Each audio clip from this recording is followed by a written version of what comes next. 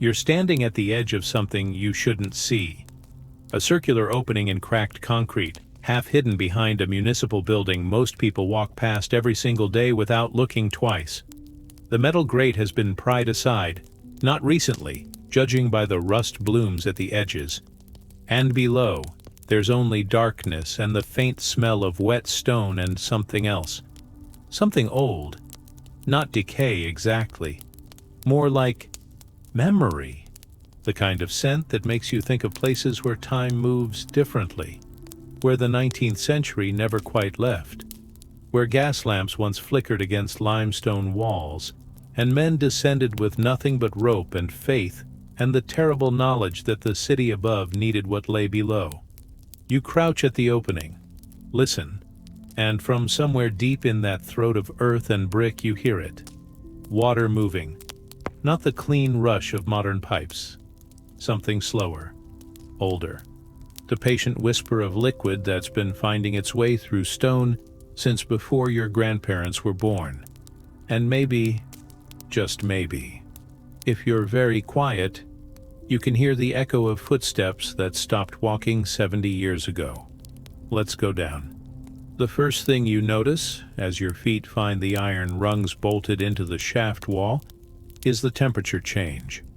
Not cold exactly, more like neutral. The kind of temperature that exists outside of weather, outside of seasons. 54 degrees Fahrenheit, always. Summer or winter, heat wave or blizzard. Down here it's 54 degrees because that's the temperature of the Earth's patience. The air itself feels heavier, not stale. These tunnels breathe in their way, but substantial, textured. You descend through layers of smell. First the concrete and exhaust from the street above, then a band of something almost sweet, like old paper or dried herbs. Then finally the bass note. Wet limestone, clay, iron oxide. The mineral signature of geology that human hands shaped but never quite tamed. Your hands on the rungs are already slick. The metal sweats constantly down here, condensation forming in the temperature differential between the cool rungs and your warm palms. The darkness below is absolute, even in the middle of a summer afternoon, even with sunlight hitting the street 20 feet above your head. Down here, light stops existing in any meaningful way. You switch on your flashlight and the beam cuts through space that hasn't seen direct sunlight since 1887, since the last brick was laid, since the last worker climbed out and someone sealed the access point, and the city above simply forgot. The shaft opens into a passageway, brick-lined, arched, about 7 feet high at the apex, maybe 4 feet wide. The bricks are handmade. You can see the fingerprints still pressed into the clay, oxidized now to a deep rust red. Each brick slightly different from its neighbor, each one shaped by human hands in a brickyard that no longer exists, in a part of the city that's been demolished and rebuilt 3 times since these tunnels were dug. The mortar between them is lime-based, crumbling slightly, white deposits bleeding out where water has been seeping through for a century and a half. The floor is complicated. Originally, it was brick too, laid in a herringbone pattern. But time and water and the weight of the city above have pushed sections down, lifted others up, created a landscape of slight angles and shallow pools where the drainage has failed. You begin walking. The sound of your footsteps changes everything. In the world above, sound dissipates, absorbed by air and traffic and the general acoustic chaos of urban life. Down here, sound behaves differently. Each footfall echoes, but not cleanly. The echo splits somehow, bouncing off the curved walls at angles that make it sound like there are 3 or 4 of you walking. The splash when you step through one of the standing pools reverberates down the tunnel in both directions, announcing your presence to the darkness ahead and behind. You stop walking just to hear it fade. It takes longer than it should. The tunnel runs straight for about 50 yards, then curves. The curve is gentle, engineered, The kind of arc that suggests someone calculated the exact radius needed to minimize structural stress while changing direction. At the curve, your flashlight catches something. A metal bracket bolted into the wall at chest height, rusted into a delicate orange-brown sculpture of oxidation. It once held something, a pipe probably, or a cable, long gone now. Just the bracket remains, and in the rust patterns you can see the ghost outline of whatever it supported. This happens constantly down here. You find fragments of systems within systems, evidence of infrastructure that was built, used, modified, abandoned, built over, forgotten. The city above grew in layers like sedimentary rock, and down here in the bones you can read the strata. The air moves, just slightly, just enough to feel on your cheek. A current, faint but definite, flowing from somewhere behind you towards somewhere ahead. The tunnels breathe. This is one of the things the engineers understood instinctively, but couldn't quite explain in their reports. Sealed underground spaces need to exchange air with the surface or they become tombs, so they built in ventilation, sometimes deliberately, vertical shafts connecting to street gratings, and sometimes accidentally, through cracks and gaps and the thousand small imperfections of 19th century construction. The result is a slow, constant respiration. The city inhales through one opening and exhales through another. And down here you can feel its breath on your skin. You pass another bracket. Then a section where the brickwork changes pattern, running bond instead of Flemish bond, suggesting a repair or addition made years after the original construction. Then a place where someone has scratched initials into the mortar, JM 1894. Nothing else. Just those letters and that year. JM. Stood here in 1894, probably holding a lantern instead of a flashlight, probably wearing wool and leather instead of synthetic fabrics, probably thinking thoughts you'll never know, and for some reason felt compelled to leave proof of existence on this wall. The marks are shallow, made with something improvised, a nail maybe, or a piece of wire, and they've lasted 131 years so far. They'll probably last another century, long after JM. His grave marker has weathered smooth. These initials will remain in the darkness, read by nobody, meaning nothing, existing anyway. The tunnel begins to descend, not steeply, but noticeably. The engineers who planned this system understood gravity, understood that water flows downhill and that if you want to move millions of gallons through underground passages, you work with weight rather than against it.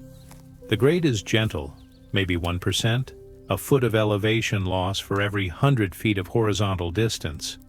But it's enough. You can feel it in your knees, in the slight forward lean your body adopts automatically. You're going deeper. The walls here are different, older. The brick gives way to stone. Rough-cut limestone blocks, each one weighing maybe 400 pounds. Fitted together with the kind of precision that suggests someone cared deeply about getting this right. The blocks are irregular, each one shaped to match its neighbors, creating a jigsaw of stone that's been holding back earth pressure for longer than anyone alive remembers. In places, you can see tool marks in the limestone, parallel grooves where someone worked with a chisel, probably by candlelight, probably getting paid barely enough to eat, shaping rock in the darkness so that the city above could function. The stone is wet, not dripping wet, but seeping, as if the earth itself is slowly bleeding moisture through molecular gaps in the rock. When you touch the wall, your fingers come away cool and slick, and you can taste minerals in the air, calcium, magnesium, the flavor of dissolved geology.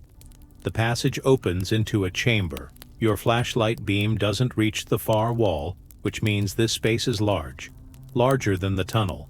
You step inside and the acoustics change completely. The close echo of the passage gives way to something vast and vague, a sense of volume that suggests this chamber extends beyond the reach of your small cone of light. You swing the beam around slowly. The ceiling is arched, a beautiful segmental arch, each stone cut to precise angles, meeting at the apex in a keystone that's been holding the weight of the earth above for, you check the style of masonry, the technique, probably since the 1860s, before the American Civil War ended, before anyone had electric lights, before germ theory was widely accepted.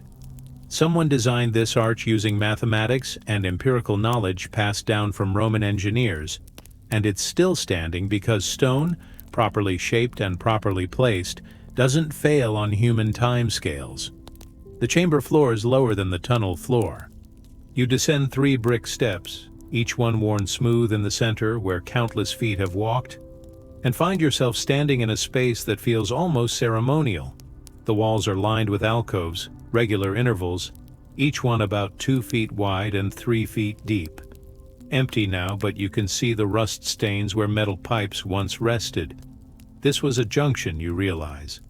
A place where multiple water sources combined, where different tunnels met and mixed their flows. The alcoves held valves, control points. Men would have come down here regularly, even daily, to adjust water pressure, to redirect flow, to maintain the balance that kept the city above supplied with the clean water it demanded, without ever thinking about where that water came from or how it arrived. In the center of the chamber, there's a channel, brick-lined, about 3 feet wide, running the length of the space. Dry now. Or mostly dry. There's a thin film of water in the bottom, just a centimeter or so, barely moving. But you can see from the staining on the bricks that this channel once ran full, 2 feet deep, maybe more, flowing fast enough to hear, carrying water that had traveled miles underground from reservoirs and springs and collection points scattered across the surrounding countryside. The city above drank from this, cooked with it, washed with it, lived because of it, and never once came down here to see the architecture of that survival. You kneel beside the channel.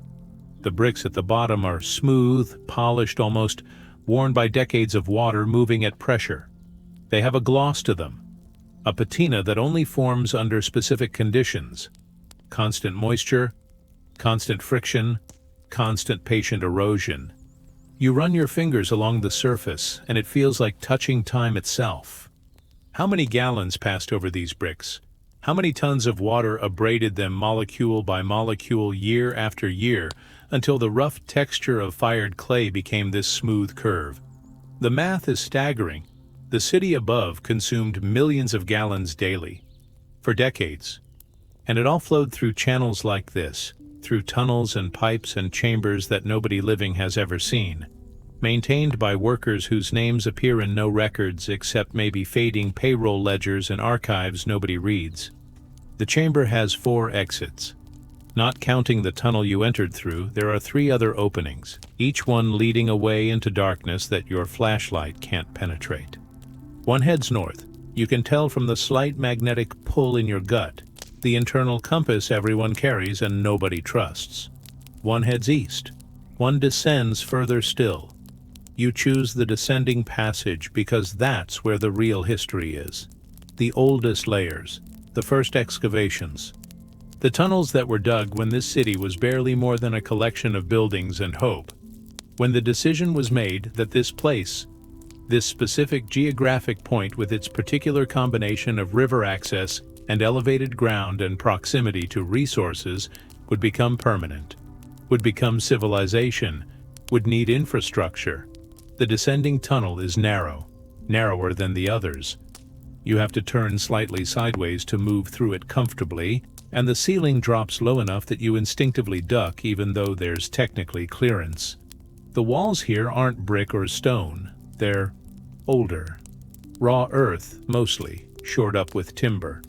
Heavy beams, hand-hewn, notched and fitted together without nails, because nails were expensive and labor was cheap. The wood is black with age and moisture, petrified almost, hard as stone when you wrap your knuckles against it.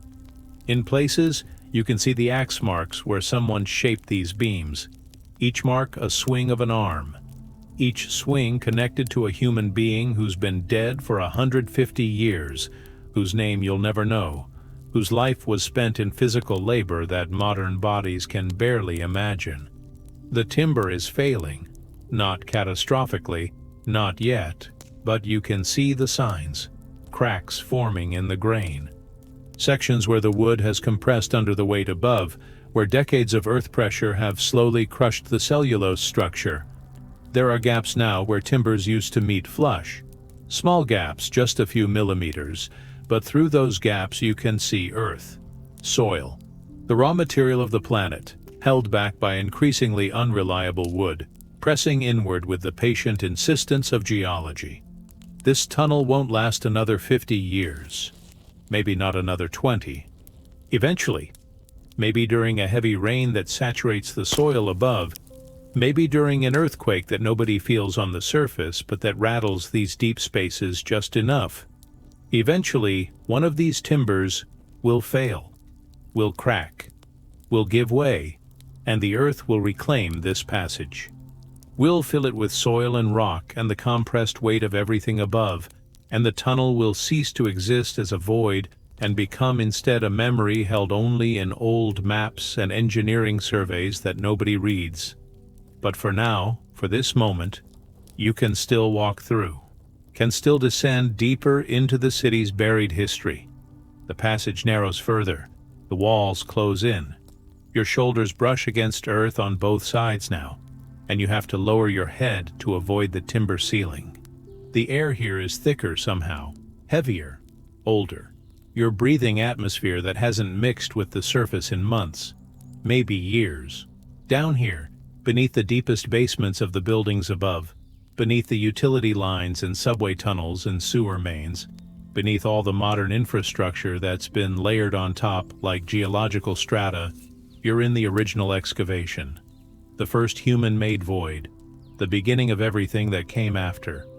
The passage opens suddenly into another chamber, smaller than the first, maybe 15 feet across, circular. The walls are stone again, but different stone. Not limestone. Something darker, harder. Granite, maybe, or schist. Metamorphic rock that was already ancient when humans first learned to chip it into tools. The walls are rough here, no carefully fitted blocks, no engineered precision. This chamber was blasted, you realize, not dug by hand. The walls have that fractured, irregular texture that comes from controlled explosions. Black powder, probably. Placed carefully in drilled holes, tamped down with clay. Lit with a slow-burning fuse that gave workers time to retreat before the earth cracked open. Dangerous work. The kind of work where men died regularly, where a miscalculation meant rock shards traveling faster than the eye could see, where a damp fuse meant someone had to approach an unexploded charge and try again, knowing that any moment could be the moment the powder finally decided to ignite. In the center of this chamber there's a shaft, vertical, about 4 feet in diameter, perfectly circular. The edges are stone, carefully worked, fitted with metal bands that have oxidized into rough sculptures of rust. You approach the shaft carefully and shine your light down. The beam penetrates about 30 feet before the darkness swallows it. No bottom visible, just the suggestion of depth, of space extending further than your light can reach. You pick up a small stone from the chamber floor and drop it into the shaft. Listen, count the seconds. 1, 2, 3, 4, 5, 6, 7, 8. Then, a distant splash. Faint, almost imaginary, but real. At the bottom of this shaft, 8 seconds of falling below where you stand, there's water. Deep water. Still water. Water that's been sitting in the darkness for how long? Since this shaft was sealed? Since the system above was built and this access point was deemed unnecessary? Since someone climbed out for the last time and left this chamber to the slow work of moisture and time? You circle the shaft slowly, examining the walls. There are brackets here too, more of them, arranged in a pattern that suggests this chamber once held equipment, pumps, probably. Steam-powered, judging by the date you've estimated for this construction. Massive contraptions of iron and brass and leather, driven by coal-fired boilers, chugging away in the darkness, lifting water from the shaft below to the channels above, lifting it against gravity through sheer mechanical persistence. The city above demanded water.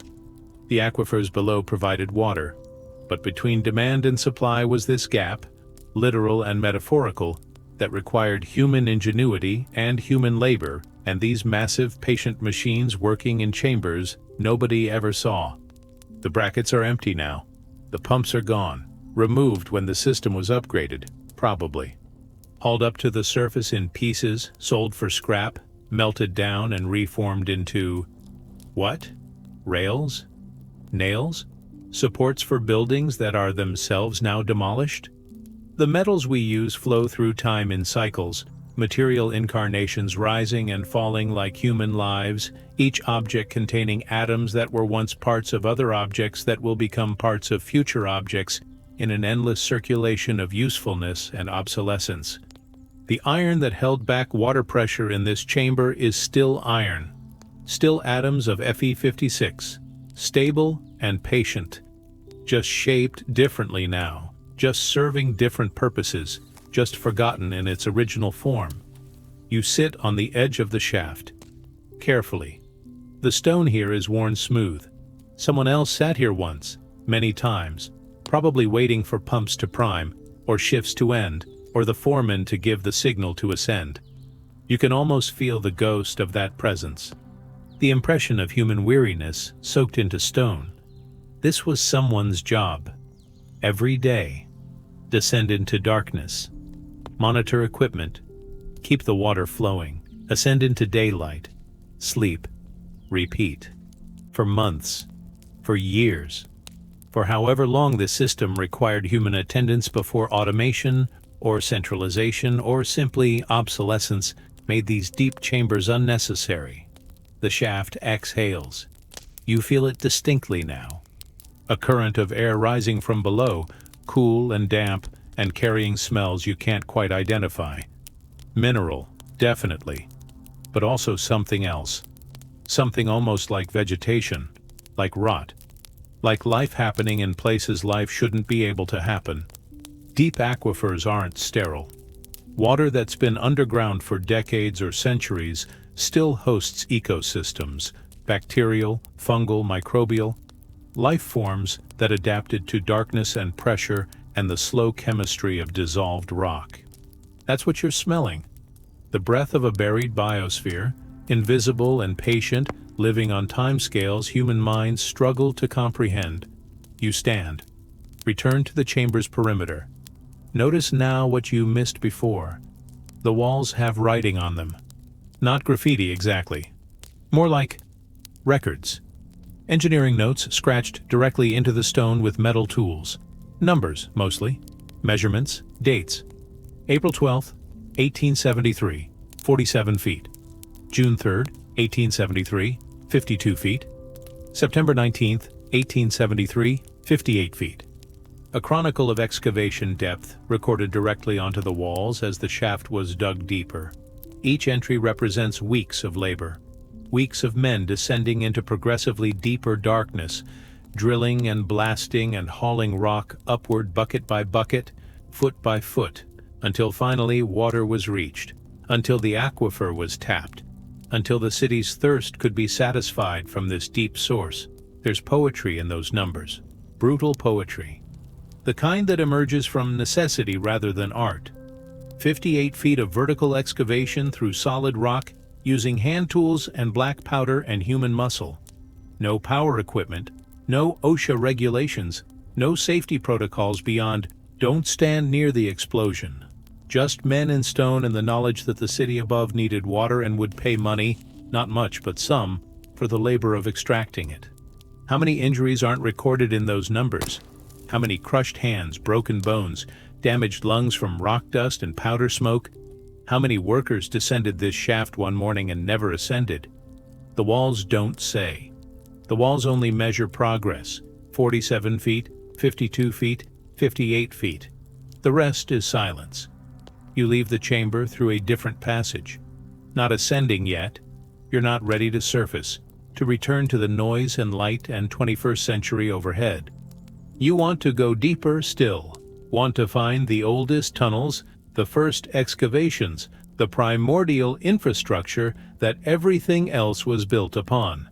The passage you choose is low and narrow. You have to crouch, almost crawl, moving forward with hands touching the walls for balance in the darkness. The floor here is uneven, not engineered, more like a natural crack or fissure that humans simply widened enough to pass through. The walls are rough stone, unchanged by tools, still bearing the fracture patterns of however this space originally formed. You emerge into a tunnel that's clearly older than anything you've seen so far. The walls are stone, yes, but not shaped stone, not cut or fitted or arranged by human hands. This is natural passage. A limestone solution cavity, probably, formed over millennia as groundwater dissolved rock along pre-existing weaknesses, creating voids that grew infinitesimally slowly until eventually they connected into passages large enough for water to flow through, then large enough for air to move through, then finally, after countless centuries of patient chemistry, large enough for humans to enter. The first engineers who explored beneath this city found this natural tunnel system and recognized a gift. Recognized that nature had already done half the work, already excavated passages through solid rock, already created the voids needed for water storage and transport. All that remained was to improve the natural system, to shore up unstable sections, to brick over rough walls, to add the human infrastructure of pumps and valves and control points, to transform natural geology into civic utility. This tunnel is where that transformation began, where human ambition first met underground darkness and decided that the darkness could be conquered, tamed, made useful. The walls here glitter slightly in your flashlight beam. Calcite deposits, probably, where mineral-rich water has seeped through the limestone for so long that it's begun to reform as crystal. Tiny crystals, microscopic almost, but enough to catch light and throw it back in faint sparkles. The effect is surprisingly beautiful, surprisingly delicate. You're walking through a space that's simultaneously brutal and exquisite, carved by chemistry that doesn't care about aesthetics, yet somehow produces something approaching art. The tunnel curves, follows the natural flow pattern of ancient water. The floor slopes downward, always downward, because water seeks its level, and over millennia that seeking shapes stone. You're walking along a path that groundwater carved hundreds of thousands of years ago, during climate regimes that no longer exist, during ice ages and warm periods and all the slow cycling of Earth's thermal systems. Human occupation of this space is recent, brief. These tunnels existed long before cities, before civilization, before humans even arrived on this continent. They'll exist long after the city above has crumbled and been reclaimed by whatever ecosystem emerges from our current ecological chaos. Long after the last brick has fallen and the last pipe has rusted through. This darkness is patient, eternal almost. Human use of it is just a moment, a brief flicker of purpose in geological time. The air grows warmer, not uncomfortably warm, but noticeably different from the constant coolness of the upper tunnels. You're approaching the water table, you realize. Approaching the level where the earth is saturated, where every pore space in the rock is filled with liquid, where the distinction between solid and liquid becomes blurred. The walls here are wet now, not seeping, flowing. Sheets of water moving down the stone surface, so thin they're barely visible, but constant, endless. The rock gleams under your light, a sheen of moisture that catches and reflects. The tunnel opens into a cathedral. That's the only word that fits. A natural chamber so large your flashlight beam disappears into the darkness overhead, so vast the far walls remain invisible. The floor is water, not deep, maybe 6 inches, but covering the entire space, perfectly still, reflecting your light like black glass. You step into it carefully. The water is cold, clear. When you lift your foot, ripples spread outward in perfect concentric circles, disrupting the mirror surface, creating patterns that propagate slowly across the chamber until they dissipate against distant walls you can't see. The ceiling above is limestone, sculpted by water into flowing forms that look almost biological, organic, like the inside of some vast creature, ribs and channels and flowing surfaces that suggest growth rather than erosion. Stalactites hang down, not the dramatic formations you see in tourist caves, but modest drips of stone, each one growing at a rate measured in centuries per inch, each one testament to the patience of limestone and water and time. When you direct your light upward, the stalactites glow faintly, translucent at their tips, mineral ghosts hanging in space. You wade into the chamber. The water is so still that each step creates disturbance that seems almost violent in this quiet space. The sound of water moving, of ripples lapping against your legs, echoes strangely from the unseen walls. You stop moving, let the water settle, wait in the silence. And in that silence you hear it, dripping, constant, patient, the sound of water falling from ceiling to floor, from stalactite to pool, each drop taking 30 seconds to form, to gather enough mass to overcome surface tension, to fall. The mathematics of that patience is humbling. If each drop takes 30 seconds to form, that's 2,180 drops per day, maybe 1,000 drops per year, and each drop carries dissolved calcium carbonate, maybe 10 milligrams, maybe less, which means the stalactites above are growing at a rate of perhaps 10 grams per year, perhaps 1 cubic centimeter of stone forming per decade. A stalactite 1 meter long represents 10,000 years of patient accumulation, and there are dozens of them above you, centuries and millennia made visible as stone. In the center of the chamber, barely breaking the surface of the water, there's a structure. Artificial. Human-made. You wade toward it carefully. It's a well, or what remains of one. A circular ring of brick, maybe 4 feet in diameter, rising just barely above the water level. The bricks are covered in mineral deposits, white and crystalline, where water has evaporated and left its dissolved cargo behind. The inside of the well is dark, darker than the surrounding water. Because this well goes down, goes deeper, taps into the aquifer at a lower level where water pressure is greater, where the flow is more reliable. This is the source, the first extraction point, the beginning of the entire system you've been exploring. Everything you've seen, the channels, the chambers, the pumps, the miles of brick-lined tunnel, all of it was built to access the water that rises from this well. You kneel beside it, shine your light down. The beam penetrates perhaps 20 feet before the water swallows it completely. The well continues beyond that, down into depths you can't see, can't measure, can only imagine. The walls inside are brick, mortared carefully, holding back earth pressure while allowing water to seep through the joints and collect inside. This construction is meticulous, reverent almost. Whoever built this well understood they were creating a lifeline. That the city above, still small, still precarious, depended entirely on this single point of water extraction. That failure here meant thirst, disease, death. So they built it carefully, built it strong, used the best bricks they could afford, the strongest mortar they could mix, and descended day after day into this growing shaft until finally water began to rise and they knew they had succeeded, had tapped the aquifer, had secured survival. Around the well, scattered on the chamber floor beneath the shallow water, you find artifacts. Objects dropped or discarded decades ago, now covered in mineral deposits and silt. A wrench, iron, rusted into a delicate sculpture of oxide. A lantern, brass and glass. The glass miraculously intact, filled with water now. A small aquarium where nothing lives. pieces of rope, hemp, petrified by mineral-rich water until they're hard as wood.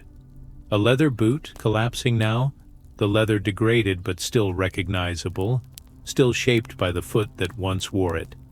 These objects tell stories the walls can't. Stories of the workers who descended into this chamber regularly, who maintained the well, who kept the water flowing, who worked in cold water in the darkness with only lantern light in their hands and the knowledge that if they didn't show up, the city above would notice immediately, would miss its water, would demand explanation, would replace them with someone else equally desperate for wages. You pick up the lantern, hold it carefully. It's heavier than you expected. The brass is thick, cast rather than stamped, built to last.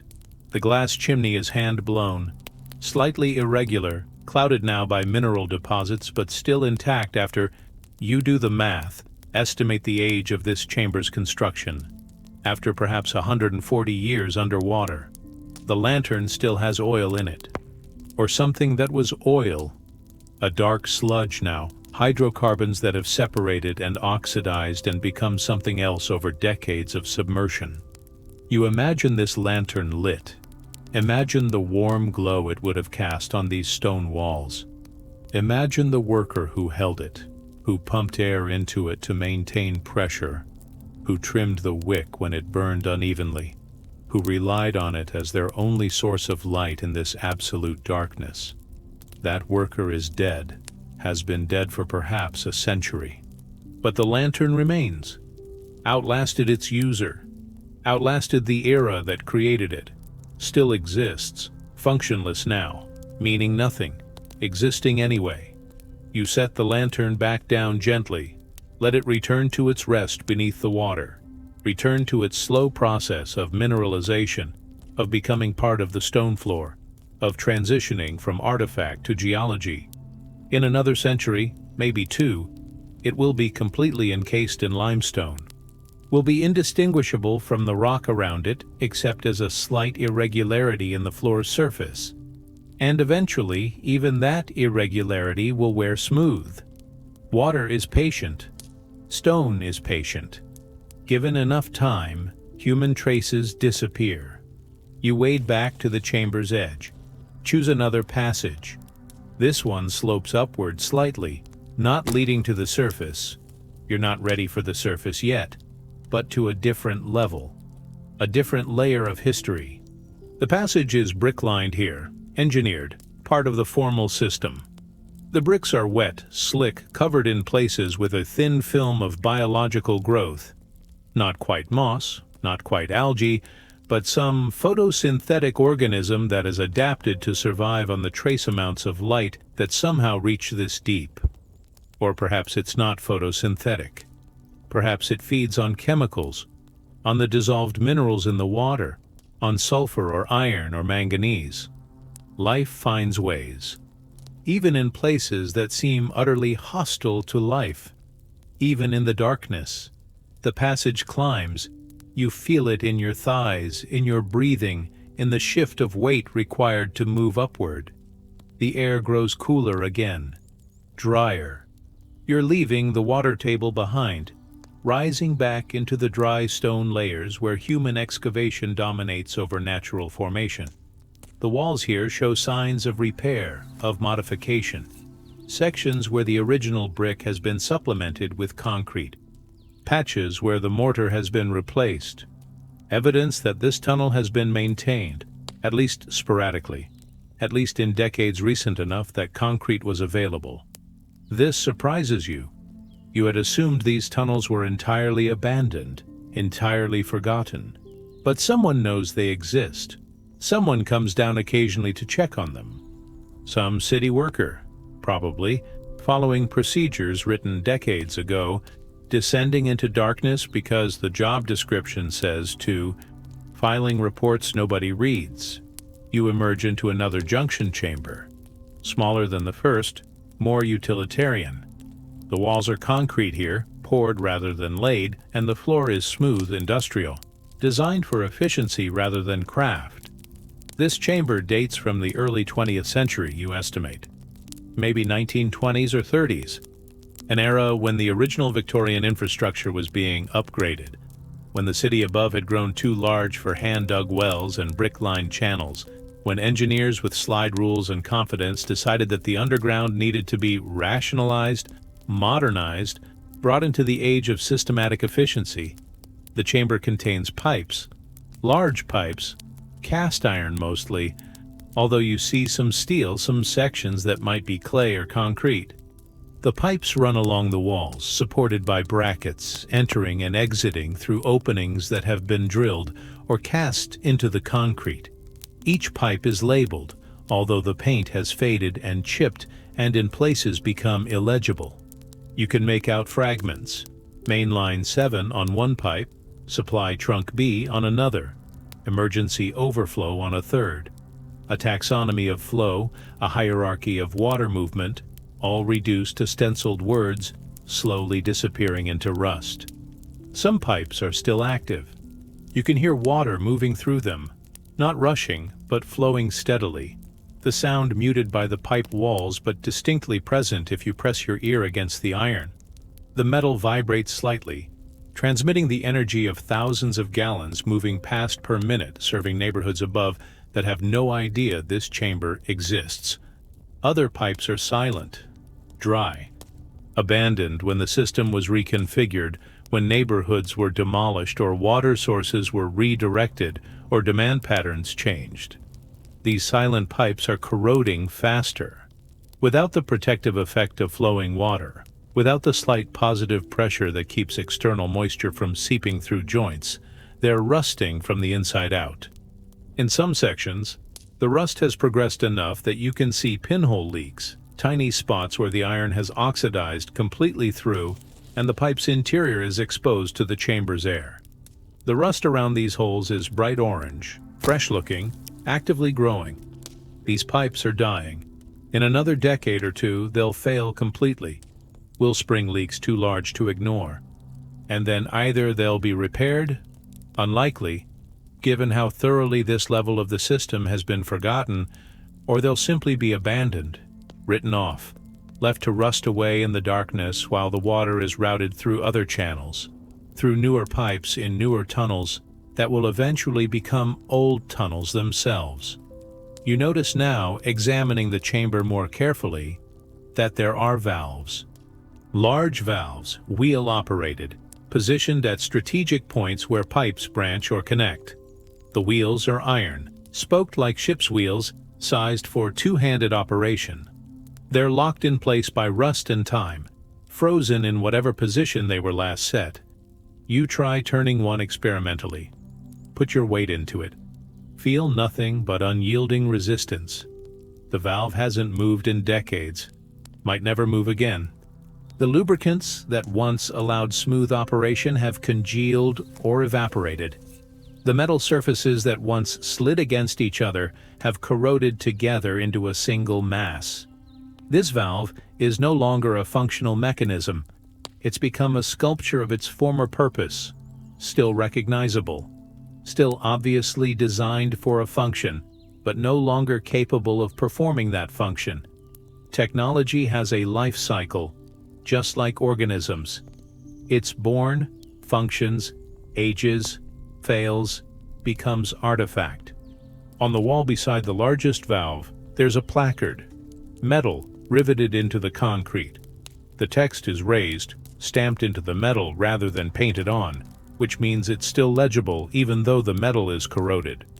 City Water District Number 4, Central Distribution Node, commissioned March 1931, Morrison Engineering Co. Below that, smaller text, authorized personnel only, violators will be prosecuted. You smile slightly at that final threat. Prosecuted by whom? For violating what? This chamber hasn't seen authorized personnel in decades. The chain of authority that commissioned this chamber, that hired Morrison Engineering Co., that employed the workers who installed these pipes, that entire organizational structure has been dissolved and reformed multiple times. The city government that exists now barely resembles the city government of 1931. The departments have different names, different jurisdictions, different priorities. Water District Number 4 probably doesn't even exist anymore as an administrative unit. Morrison Engineering Co. certainly doesn't.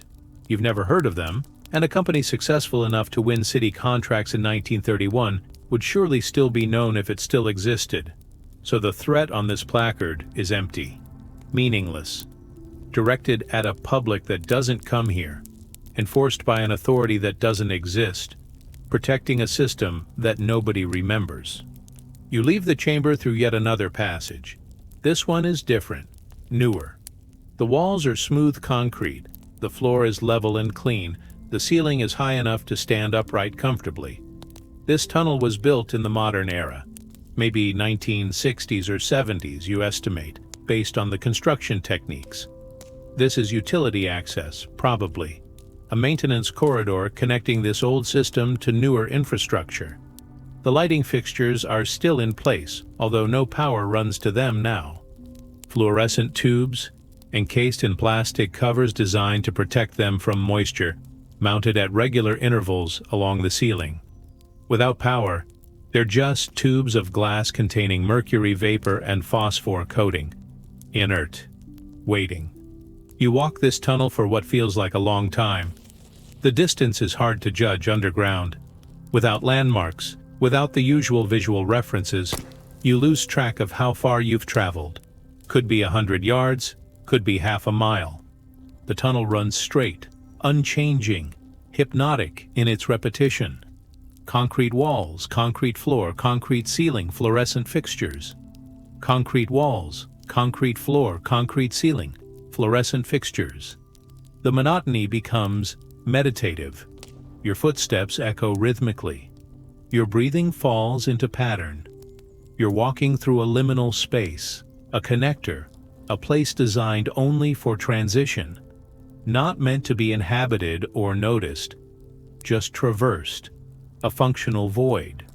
The tunnel ends at a door, metal, industrial, painted green once, although the paint has faded and chipped until the underlying metal shows through in patches. There's a handle, a horizontal bar designed to be pushed, and a small window at head height, wire-reinforced glass, impossible to see through because the other side is dark. Beside the door, mounted on the wall, is a sign. Plastic, printed rather than handmade. More recent than anything else you've seen down here. Authorized access only. City Water Department. All visitors must register. The sign includes a phone number. You almost laugh. A phone number, posted in a tunnel nobody visits, on a door nobody opens, providing contact information for a department that probably doesn't know this access point exists. You push the door. Expect resistance. Expect rust and seized hinges and the accumulated weight of disuse. But the door opens smoothly, easily. Someone has maintained this access point. The hinges have been oiled. Recently, you can smell it. A faint petroleum scent, synthetic, modern. You push the door fully open and step through into the space beyond. It's a room. Not a tunnel, not a chamber, but an actual room. Rectangular, maybe 20 feet by 30 feet. The ceiling is high, 12 feet at least, and includes actual lighting. Modern LED fixtures, currently dark, but clearly functional. The walls are painted, industrial beige, the color of low-priority spaces in bureaucratic systems. The floor is concrete, smooth, marked with yellow lines that delineate walkways and equipment zones. And there's equipment. Electrical panels, control systems, computer terminals, old ones, CRT monitors, keyboards yellowed by time. Pumps, newer than anything you've seen so far, controlled by digital systems rather than mechanical valves. Pipes entering and leaving through ports in the walls, each one labeled with printed tags that show system codes and flow specifications. This room is active. This room is part of the current infrastructure. Not abandoned, not forgotten, just unvisited. On a desk in the corner, there's a logbook. You flip it open, careful not to disturb the settled dust on its cover. The entries are sparse. 6/15/2023, monthly inspection. All systems normal.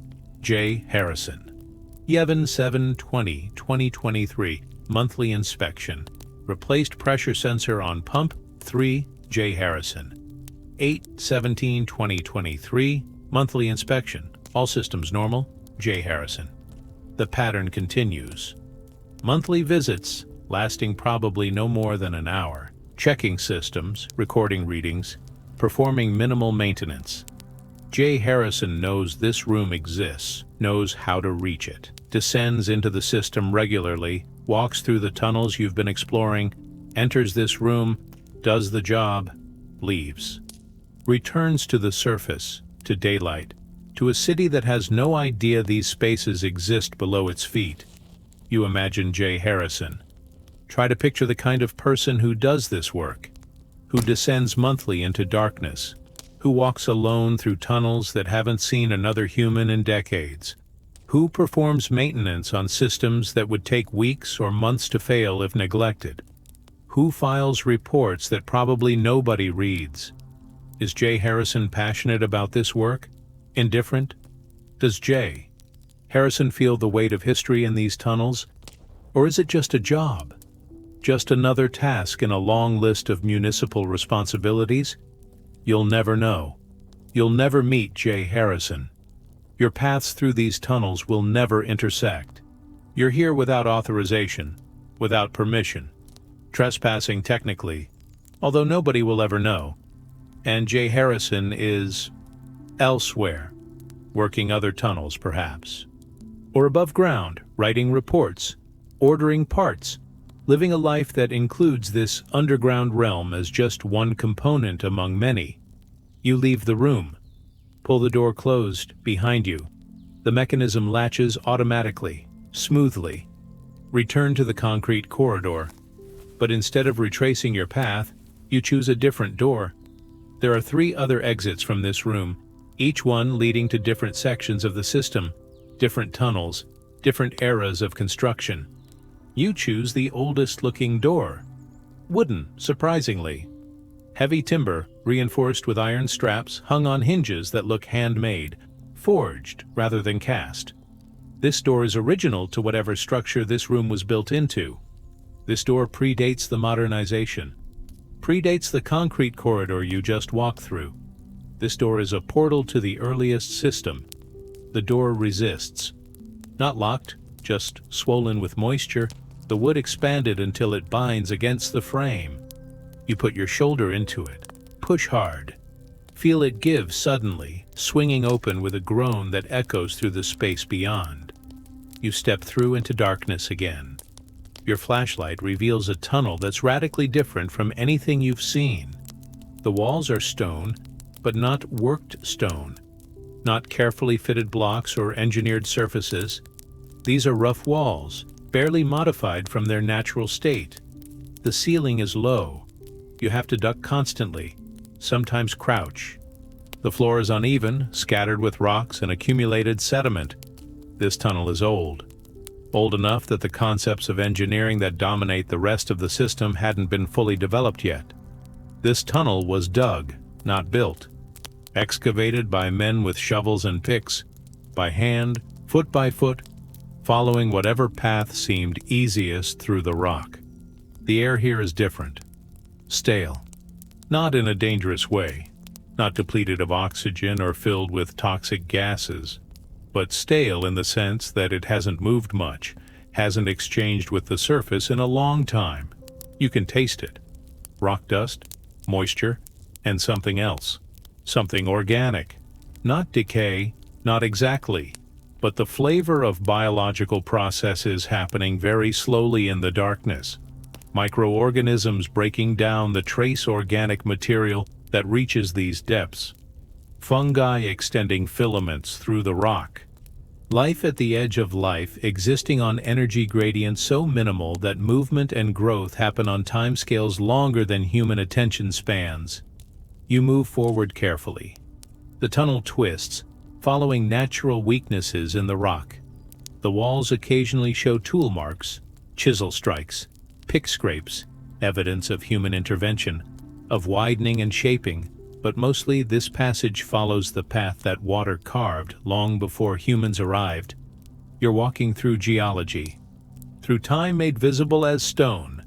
The rock here is layered, stratified, each layer representing a different era of deposition, when ancient seas covered this land, and sediments slowly accumulated on the seafloor, compressing over millions of years into the stone that now surrounds you. You can see the layers clearly in your flashlight beam. Dark shale, lighter limestone, thin seams of coal, or something like coal, then more shale. Each layer perhaps a million years of Earth's history. Each transition between layers representing environmental change, climate shift, the patient remodeling of the planet's surface that happens constantly on geological time, but invisibly on human time. The tunnel opens into a space that makes you stop and simply stare.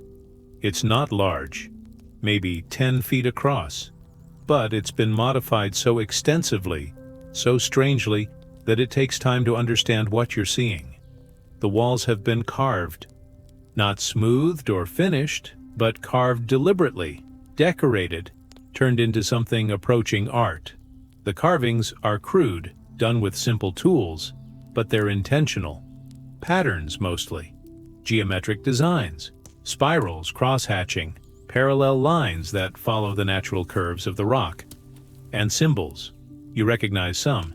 Dates, 1847, 1848, 1849. Initials, names, William H., Thomas M., John. Others are less clear. Marks that might be tallies, or codes, or simply decorative choices. Some carvings are deep, cut with patience and care. Others are shallow, scratched quickly, perhaps on the last day of work, perhaps by someone who wanted to leave proof of existence but had little time or energy. You touch the carvings gently. Feel the grooves under your fingers. Someone stood where you're standing, sometime in the late 1840s, before California's gold rush, before the American Civil War, before railroads connected this city to the rest of the country, stood in this darkness with nothing but candlelight. And instead of just working, just digging, just performing the labor they were being paid for, someone decided to make these marks, to decorate this space, to transform functional excavation into something that acknowledged human presence, human creativity, human need for expression, even in places nobody would ever see. These carvings weren't for an audience. They weren't for posterity. They were for the workers themselves. A way to claim this space, to say, we were here, we did this work, we existed, remember us. You sit in this carved chamber for a long time. Let the silence settle. Let your eyes adjust to the faint light of your flashlight reflected off stone. And you think about the men who worked here. What were their lives like? What brought them to this work? Probably necessity. Probably lack of options. Probably debt or immigration, or simply the historical accident of being alive in a time when cities were expanding and needed laborers and didn't care much about working conditions or safety or the long-term health effects of spending hours daily in cold, dark, wet spaces. These workers were expendable, replaceable. If one fell or got injured or simply couldn't continue, there were always others willing to take his place. The city above needed water, needed these tunnels. And men were cheaper than machines. But despite that expendability, despite being treated as interchangeable labor, these workers carved their names, left evidence of individuality, refused to disappear entirely into anonymity. William H. exists on this wall, will exist as long as the stone lasts, will outlast any grave marker, any official record, any other proof of existence. William H. might have lived a difficult life, might have died young, might have left no descendants or property or anything else that would mark his passage through history. But here, in the darkness, his initials remain, outlasting, persisting, mattering, in however small a way. You continue deeper. The tunnel narrows again, the ceiling drops until you're crawling, moving forward on hands and knees through a passage that seems almost deliberately hostile to human presence. The stone here is sharp, angular, unweathered. This section was blasted recently, by tunnel standards, meaning within the last century. The blast patterns are visible, radiating cracks, fractured surfaces, the characteristic damage pattern of controlled explosions in confined spaces. Someone needed to extend this tunnel, needed to push deeper into the rock, and explosives were the most efficient method. The work was probably done quickly, without much attention to finishing or smoothing. Just blast, clear the rubble, move forward, repeat. The passage opens suddenly into another natural cavity, larger than the carved chamber, irregular in shape, with a ceiling that rises and falls unpredictably. The floor is covered in water again, but different water from before. This isn't still collected water. This is flowing water. Not fast, no more than a slow walking pace, but definitely moving, definitely going somewhere. The water is about a foot deep, cold enough that you feel it even through your boots, clear enough that your flashlight beam penetrates it easily, and you can see the stone bottom, worn smooth by centuries of flow. You're standing in an underground stream, a tributary of the larger water system that feeds the city. This is where the water comes from originally. Not from pumps or treatment plants or the elaborate infrastructure of modern water supply.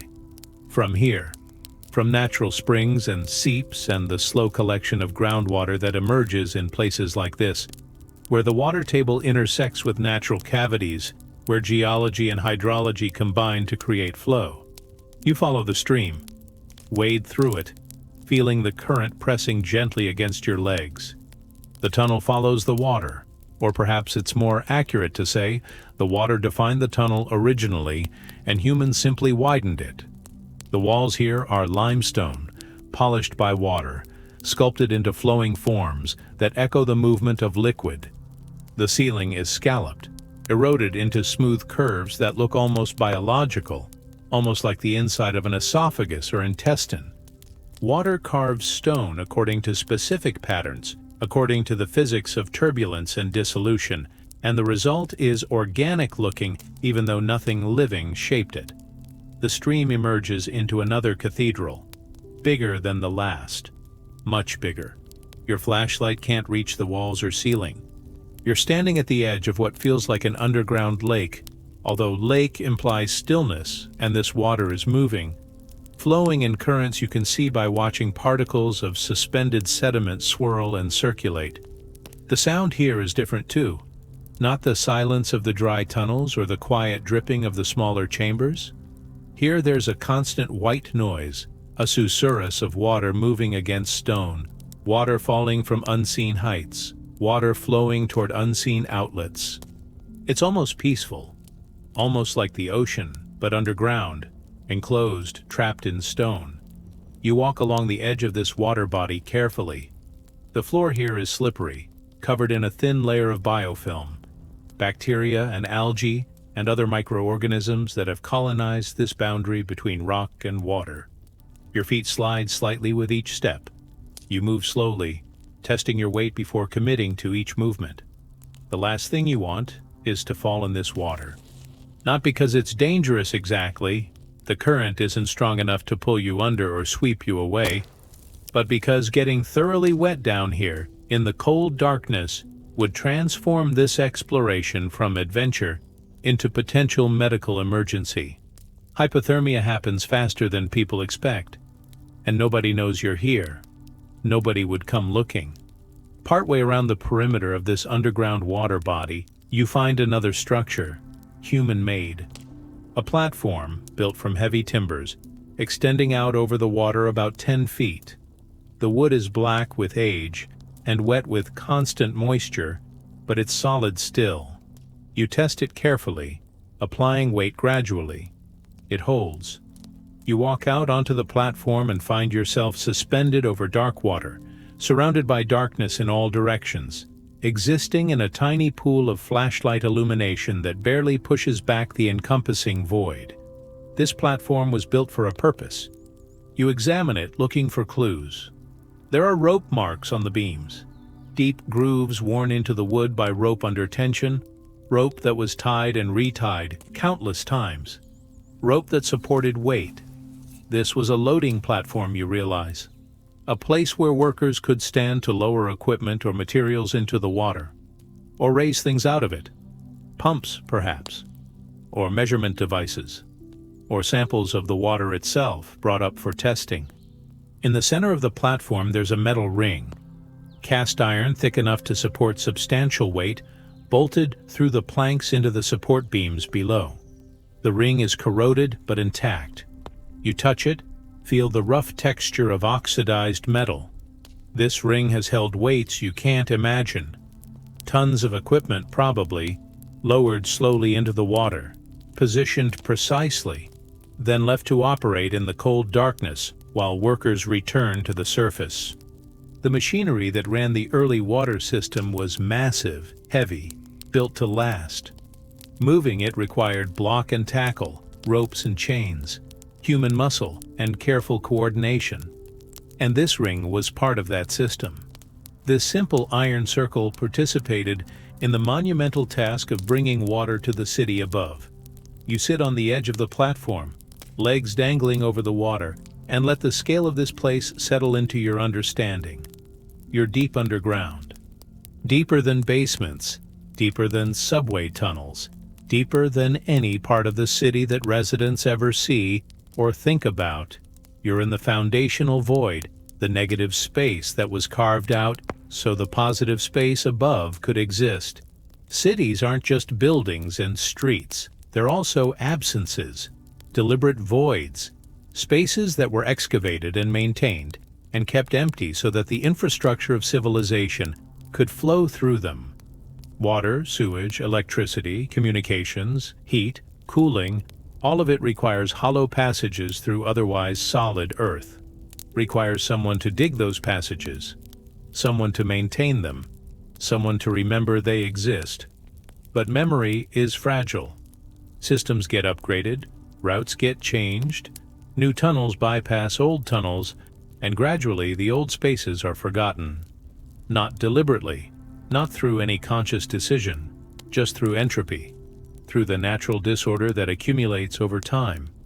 Maps get lost or misfiled, engineers who knew the systems retire or die, institutional knowledge degrades, and slowly, over decades, these spaces drop out of awareness. They still exist, they're physically real, they're still here, still exactly where they were built. But they cease to exist in the official understanding of the city. They become ghost spaces, liminal zones, places that are simultaneously present and absent. You stand, return along the platform to solid ground. Choose another passage leading away from this underground water body. This tunnel is different again, more modern. The walls are concrete, poured smoothly, finished with a texture that suggests mid-20th century construction. The floor is flat, marked with the remains of painted lines that once indicated walkways, or perhaps warned of hazards.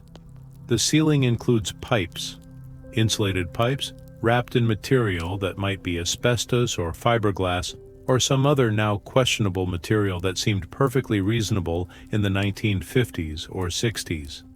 These pipes carry steam, you realize, or carried steam. They're hot to the touch, or at least warm. Warmer than the surrounding air, which means they're still active, still part of some system that's running above or below or elsewhere in this underground maze. The tunnel opens into a mechanical room, loud this time. The first genuinely loud space you've encountered, the sound of machinery running, of motors and pumps and moving parts.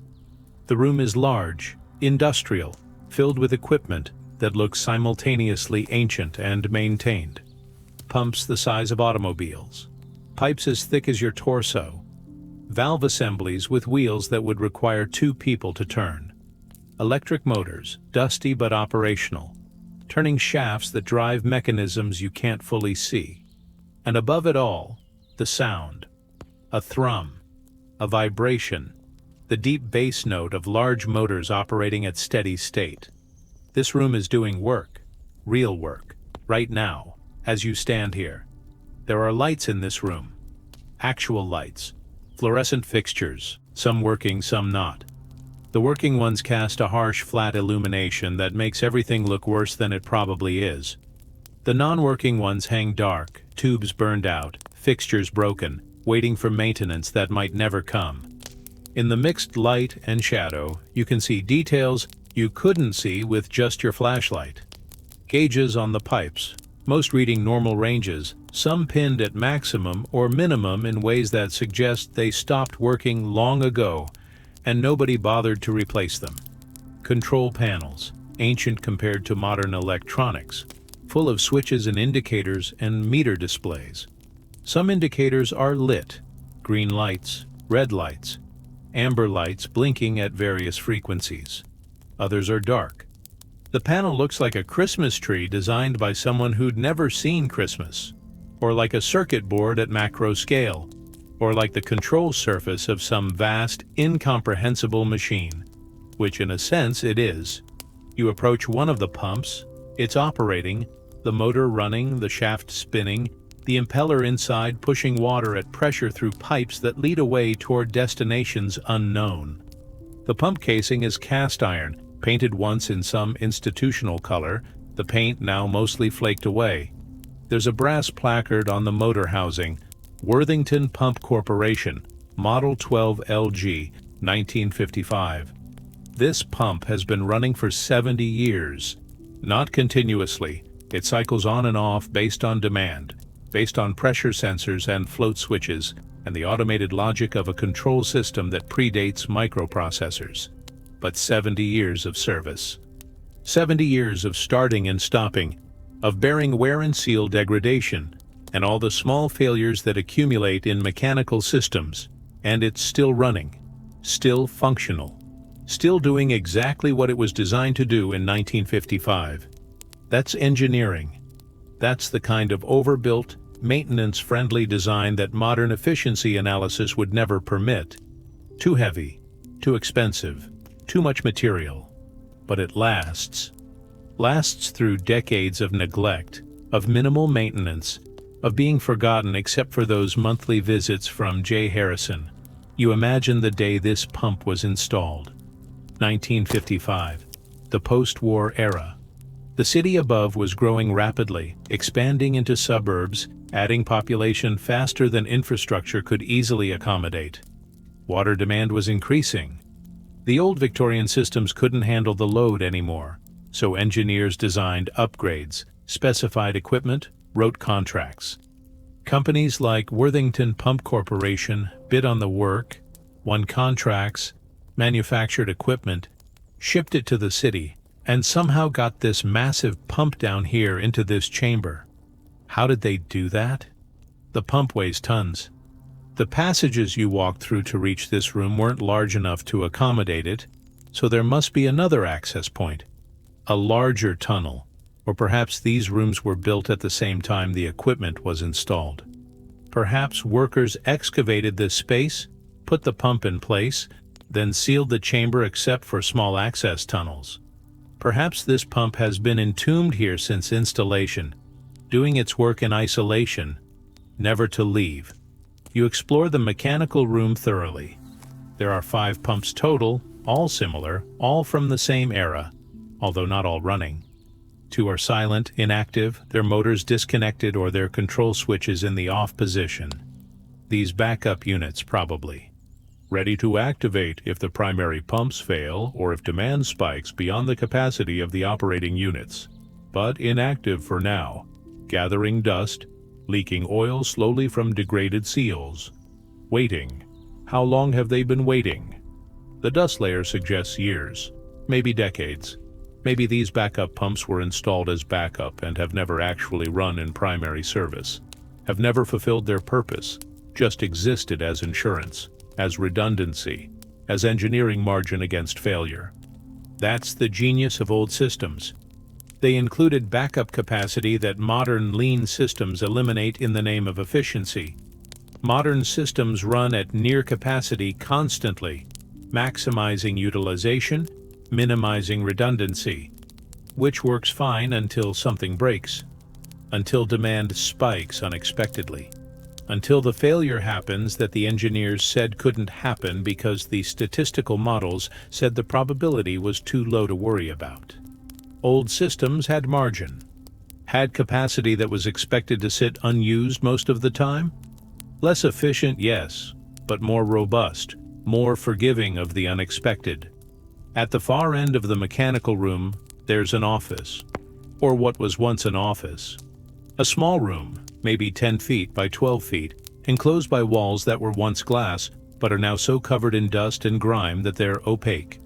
The door is open, or rather it's missing, leaving just the frame. You step inside carefully.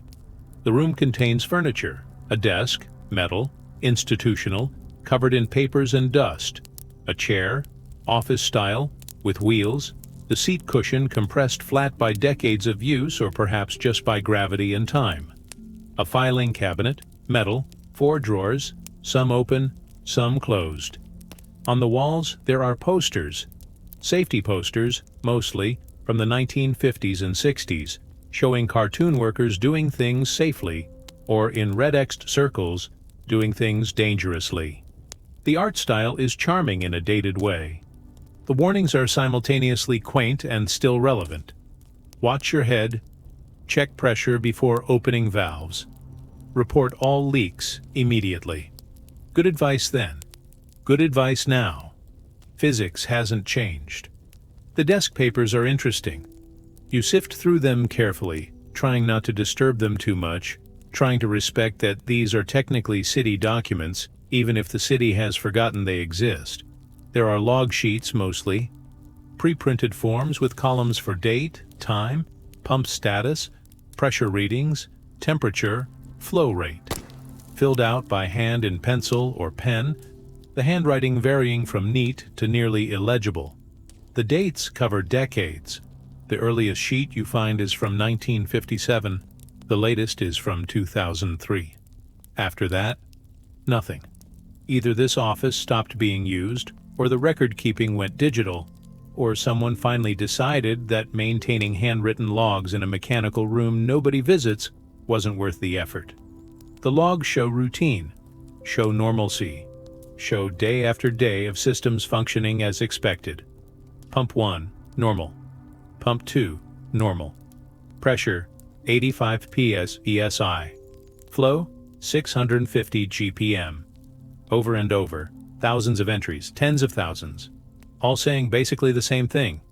The system works. The city gets its water. Everything is fine. The logs don't record the moments when someone woke in the night to use the bathroom and turned on a tap and water came out. Don't record the restaurants preparing meals, the hospital's cleaning equipment, the firefighters connecting hoses to hydrants. Just record the mechanical facts, the pressures and flows, the boring, essential, endlessly repeated proof that civilization functions. In the filing cabinet you find more documents. Equipment manuals, thick spiral-bound books with yellowed pages and brittle covers. Specification sheets for pumps, motors, valves. Maps, and this is surprising, maps of the tunnel system. Hand-drawn, mostly, although some are printed. The hand-drawn ones are crude but functional, showing passages, chambers, junctions, marked with measurements and notes. 36 brick arch, good condition, 1887. 12 drop to water level, use caution. Connection to supply line G, valve rusted shut. The printed maps are more formal, but also more limited. They show the official system, the engineered, approved, documented tunnels, but not the natural cavities, not the passages that workers found and exploited but never officially recorded, not the full complexity of what actually exists down here. You compare the maps to your memory of the route you took to reach this room. You're not on any of the official maps. This mechanical room exists in documented space. It's marked clearly, with notations about equipment and access points. But the tunnels you walked through to get here aren't shown, aren't documented. Apparently someone, maybe Jay Harrison, maybe someone before Jay Harrison, found a route through the undocumented sections and decided it was functional enough for access, but never updated the official maps. Or maybe tried to update them, and the bureaucracy rejected the update because undocumented tunnels can't be officially recognized without surveys and reports and processes that nobody wanted to bother with.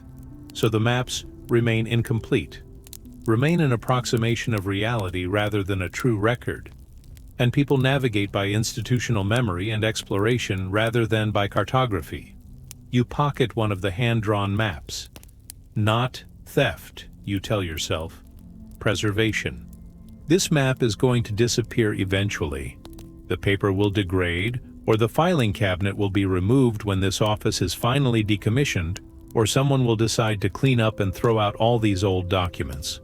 By taking it, you're ensuring at least one copy survives. At least one record persists. You fold it carefully, tuck it into an inside pocket, try to ignore the voice saying this is rationalization. Try to focus on the voice saying these things matter. These records of human effort and infrastructure and the unglamorous work of keeping cities alive, they matter. They deserve to be preserved. Even if preservation means putting them somewhere unofficial, somewhere personal. You leave the mechanical room. Return to the tunnels. Choose a passage you haven't explored yet. One that leads up, you think. It's hard to tell. Underground navigation becomes intuitive after enough time. You develop a sense for slope, for direction. Even without visual references, your body feels the grade, feels which way is toward the surface, which way is deeper. This passage is toward the surface. You can tell by the air, which is fresher, which moves more noticeably.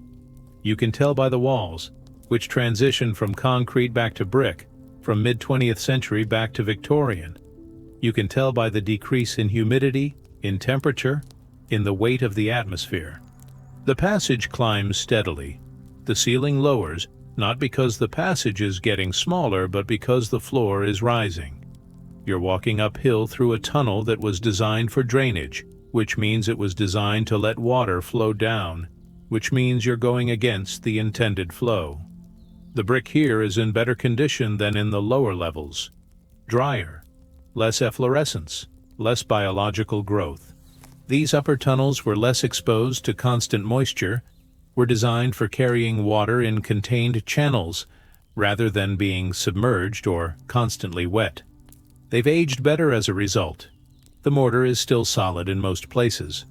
The bricks are still tightly fitted. This section could probably last another century with minimal maintenance.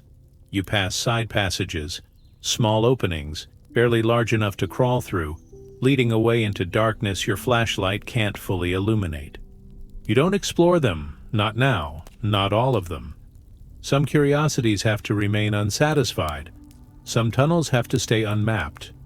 Otherwise, you'd be down here for days, for weeks, trying to document everything.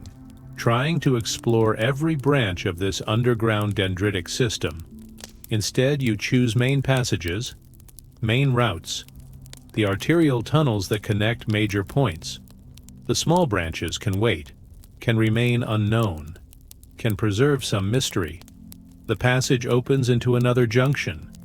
This one you recognize, somehow. Or you think you recognize it. The geometry seems familiar. The angle of the walls, the pattern of the bricks. Have you been here before? Or is this just similarity? All these Victorian tunnels look alike in many ways. Same construction techniques, same materials, same engineering principles. It's easy to think you're somewhere you've been when you're actually somewhere new. Easy to get disoriented in the repetitive geometry of underground architecture. You check the walls for marks, for JM's initials or other graffiti that might confirm whether you've been here. Nothing, or nothing you can see. So you choose a passage arbitrarily. Trust your instinct. Trust that eventually, if you keep moving toward the surface, you'll find an exit. You'll emerge into daylight.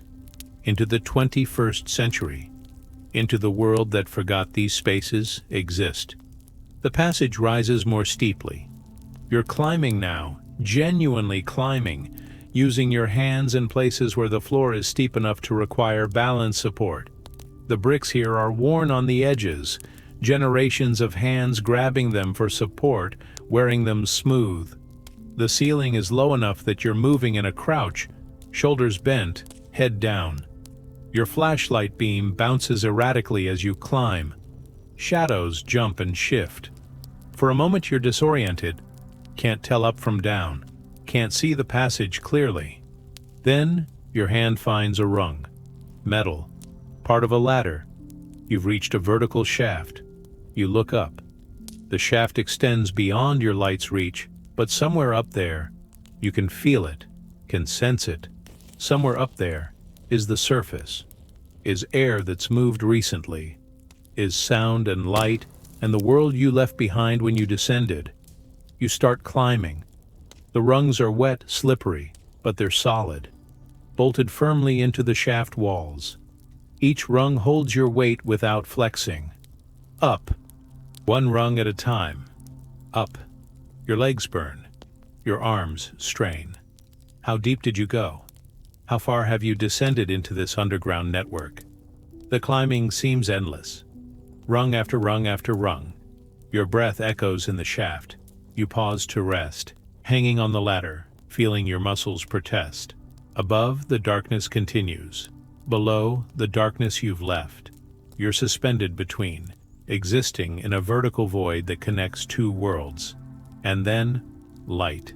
Not bright light, not sunlight, but light. Dim, gray, filtering down from above. You climb faster now, chasing that light, needing to escape the darkness that's pressed on you for however long you've been underground. Your hands hit something. Metal. A grate? You push. It doesn't move. You push harder. Still nothing. Locked, probably. Or just heavy. Or rusted in place. You push with your legs, bracing yourself on the ladder rungs, using the strength of your whole body. The grate shifts. Just slightly. Just enough. You adjust your position. Push again. The grate moves more. Opens. Swings up and over and clangs down on pavement with a sound that's shockingly loud after the muffled quiet of the tunnels. You climb out, emerge into an alley, narrow, dirty, lined with dumpsters and loading docks. Nobody around. Evening, you realize. The light is late afternoon sun, angled low, golden, casting long shadows. You've been underground for hours, longer than you thought. Long enough that the day has moved from morning to evening without you. You stand slowly, feeling your back protest after hours of crouching and crawling and bending. Feel your legs tremble slightly from fatigue. Feel your eyes struggle with the brightness, even though the sunlight is indirect, filtered through buildings. After so long in darkness, lit only by your flashlight, even dim daylight is overwhelming. You look down at the opening you emerged from. Just a utility access, circular, maybe 3 feet across.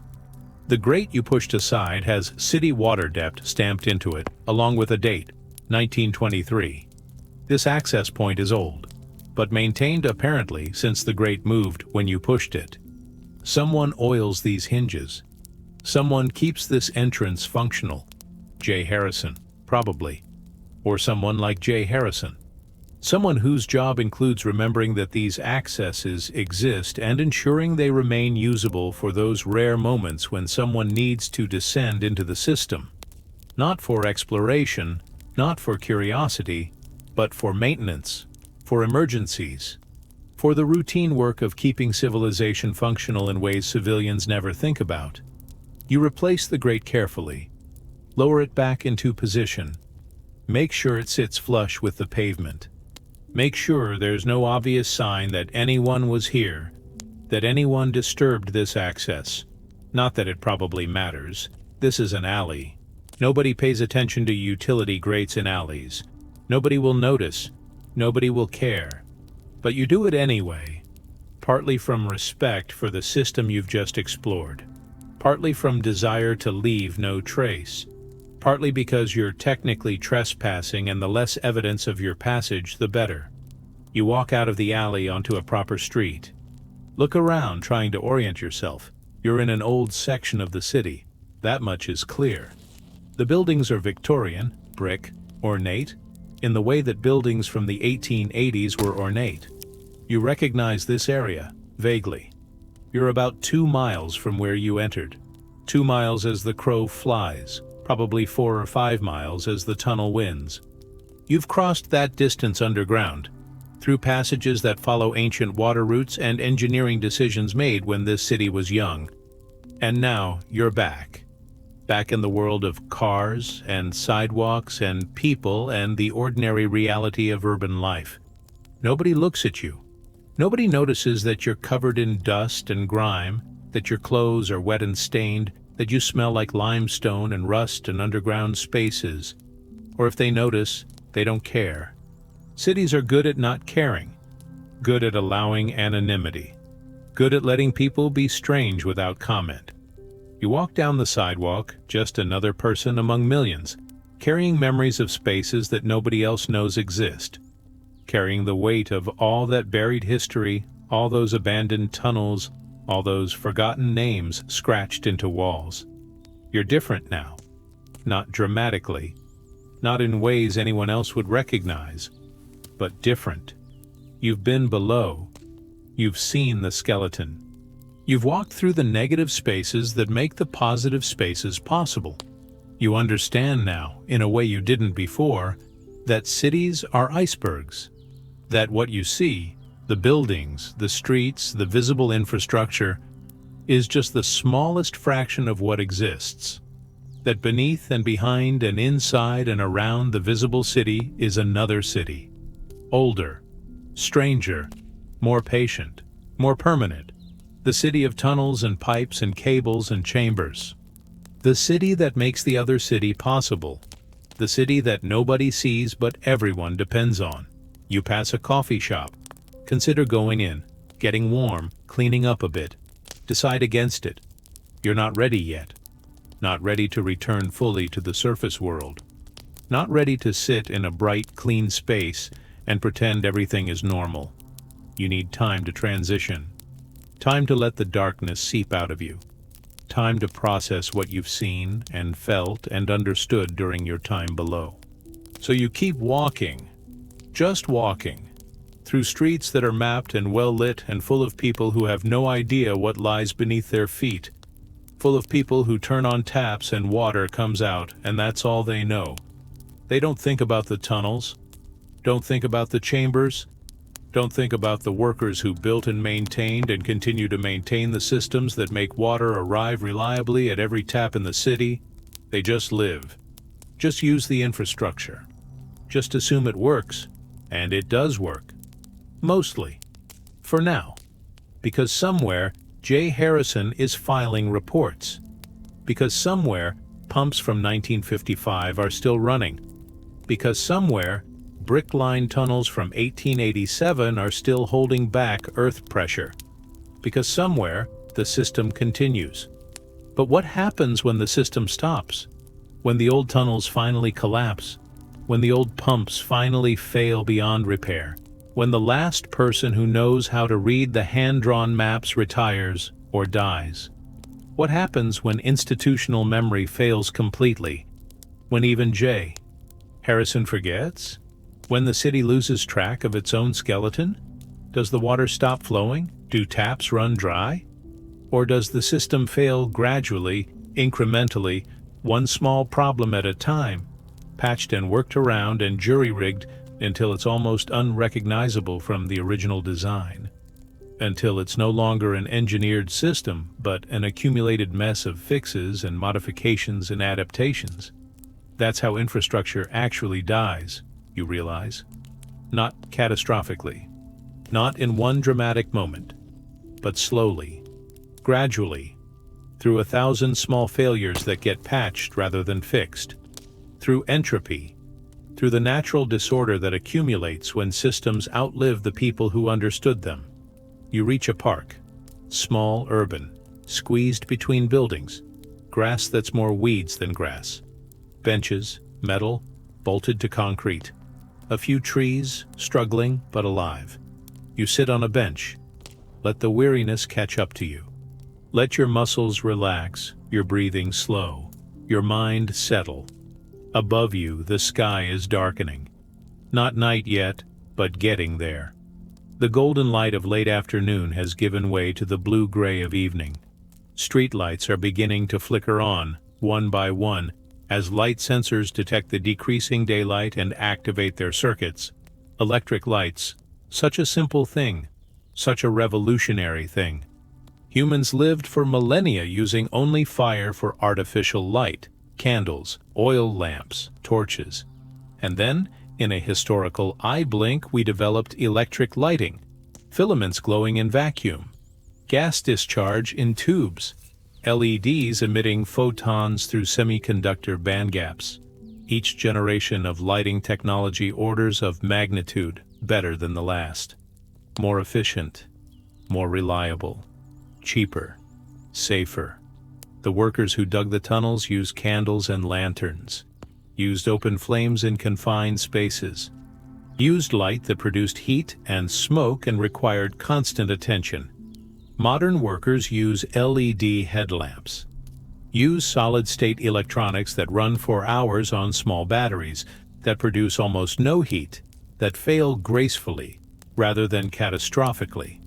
The improvements seem almost miraculous, seem like evidence of genuine progress, evidence that humanity solves problems, learns, improves. And yet the tunnels those early workers dug are still in use, still functional, still part of the system. The tools have improved, but the holes in the ground remain necessary, remain the foundation everything else is built on. A thought occurs to you, sitting in this small park as evening settles over the city. The tunnels are terrifying, not because they're dangerous, though they are in places.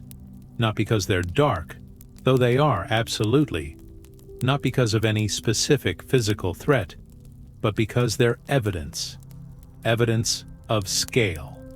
Evidence of the monumentality of the infrastructure we depend on but don't understand.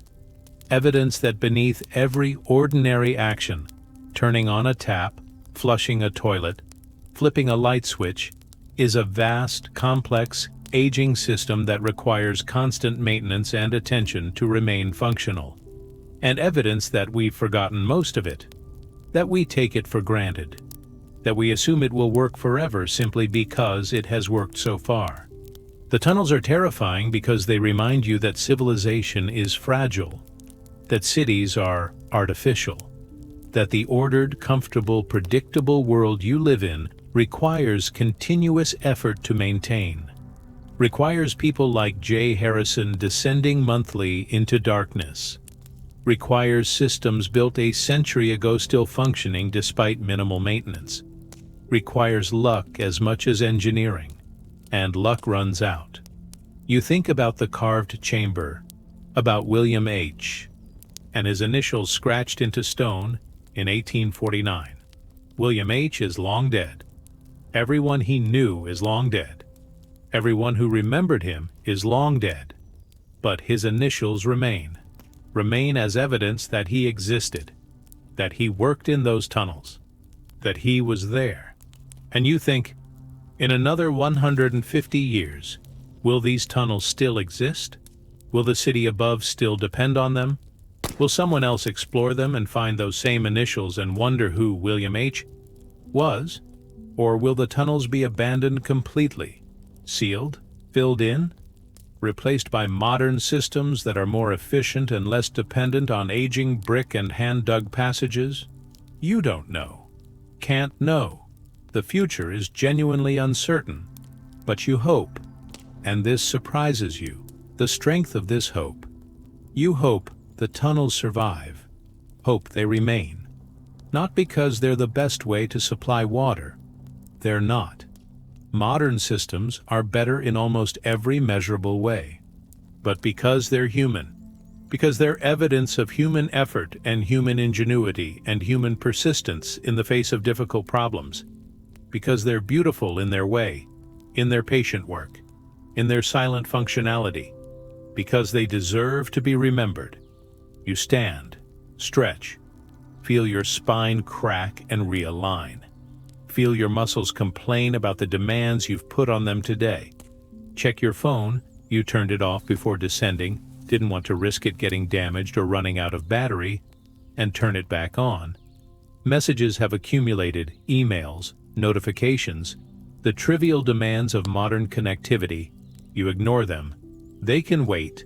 Everything can wait. Because right now, right this moment, you're standing in a park in a city you thought you knew, and you're understanding that you know nothing. Know only the thinnest surface layer of a reality that extends deep into Earth and history and the accumulated labor of generations. And that understanding feels important. Feels like something worth holding on to, worth preserving, worth sharing somehow with people who've never thought about what lies beneath their feet. The streets are getting busier now. Evening commute.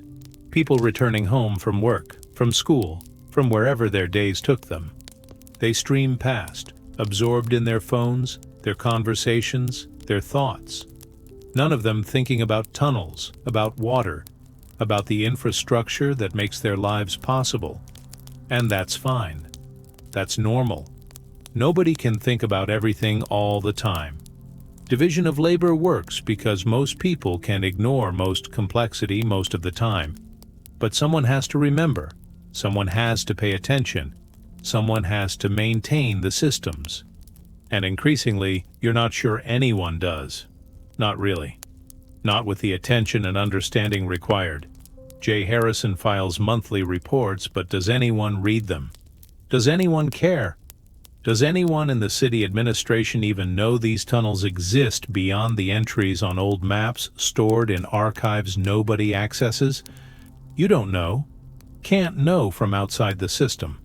But the question worries you, gnaws at you, because systems don't fail suddenly.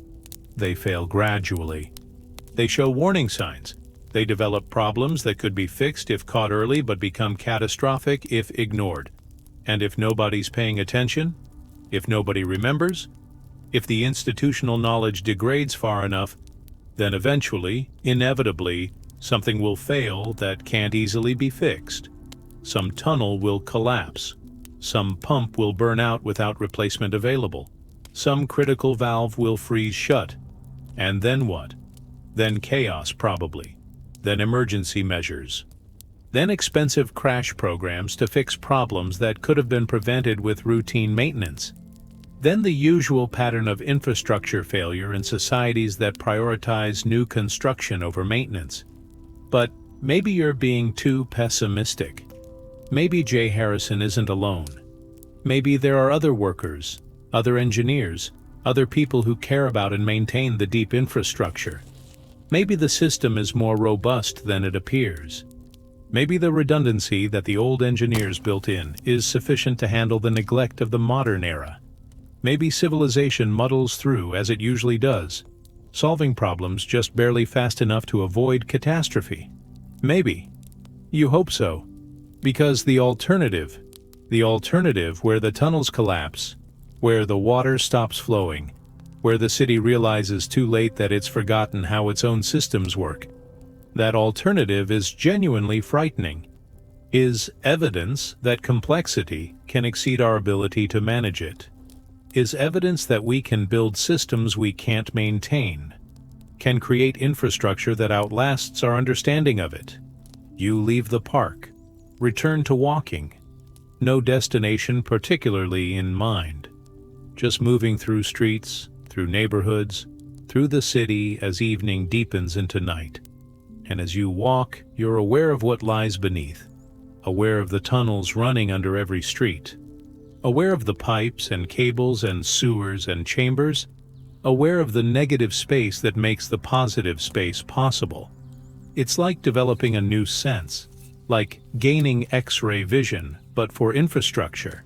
You see the surface, The pavement, the buildings, the ordinary visible reality. But now you also see through it. See the layers beneath. See the archaeology of construction and reconstruction. See the palimpsest of successive eras of building, each one leaving traces, each one modifying what came before, each one adding to the accumulated complexity. This awareness changes how you move through the city. You become more curious about details you previously ignored. The texture of old bricks in a wall. Are they from the original building, or from a repair, or salvaged from an even older structure? The angle of a street. Does it follow natural topography, or was it imposed by surveyors, or does it follow some ancient path that predates the city? The location of utility covers in the pavement. What do they access? Which systems? How old are they? Each detail becomes a clue. Each clue leads to questions.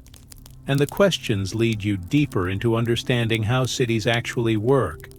Not the simplified story of architects and plans and intentional design, but the messy reality of incremental growth and adaptation and countless small decisions made by workers and engineers whose names appear in no histories. You find yourself in front of a building you recognize. The municipal building you started from, the one with the grate that led down into the tunnels. Full circle. You've walked for hours through the surface city while your mind remained partially underground. You approach the grate. Look at it. Just a circular piece of metal and concrete. Unremarkable. But now you know what it connects to. Know the shaft below it, the tunnels beyond, the chambers and passages and water bodies that extend for miles beneath the city. You know what lies underneath. And that knowledge feels like a secret. Like something precious, like something worth protecting. A person walks past. Middle-aged, dressed for business, carrying a briefcase. Ordinary. Unremarkable. They step over the grate without looking at it, without pausing, without any indication that they're aware it exists. To them it's just part of the pavement, just background texture. They've probably walked over this grate hundreds of times without ever consciously registering its presence. And why would they?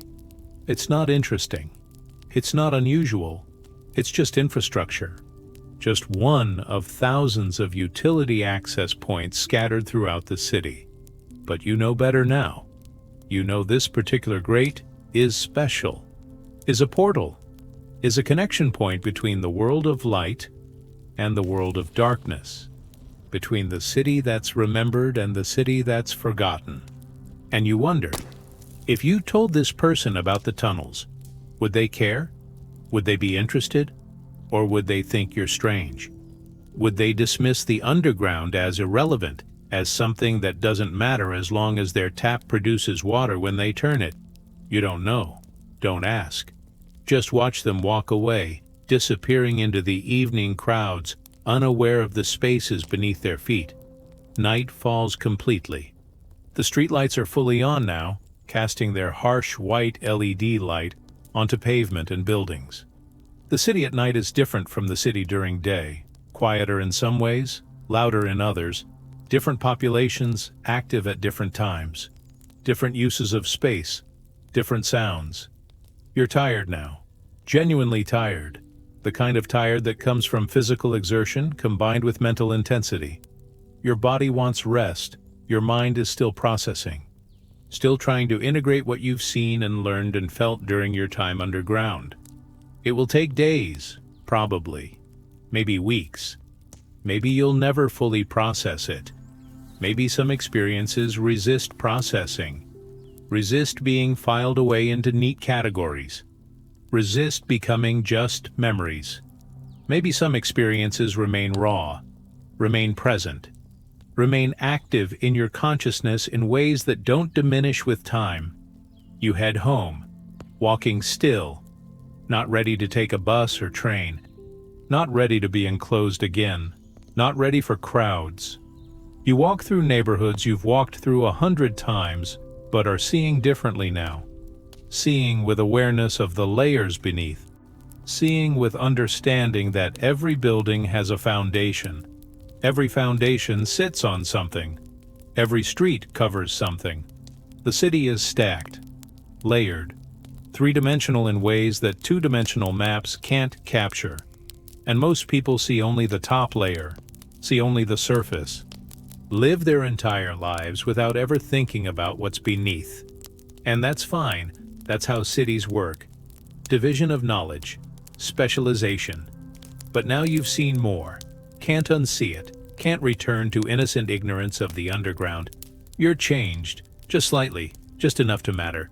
You reach your building, climb the stairs, unlock your door, enter your apartment. It's exactly as you left it this morning.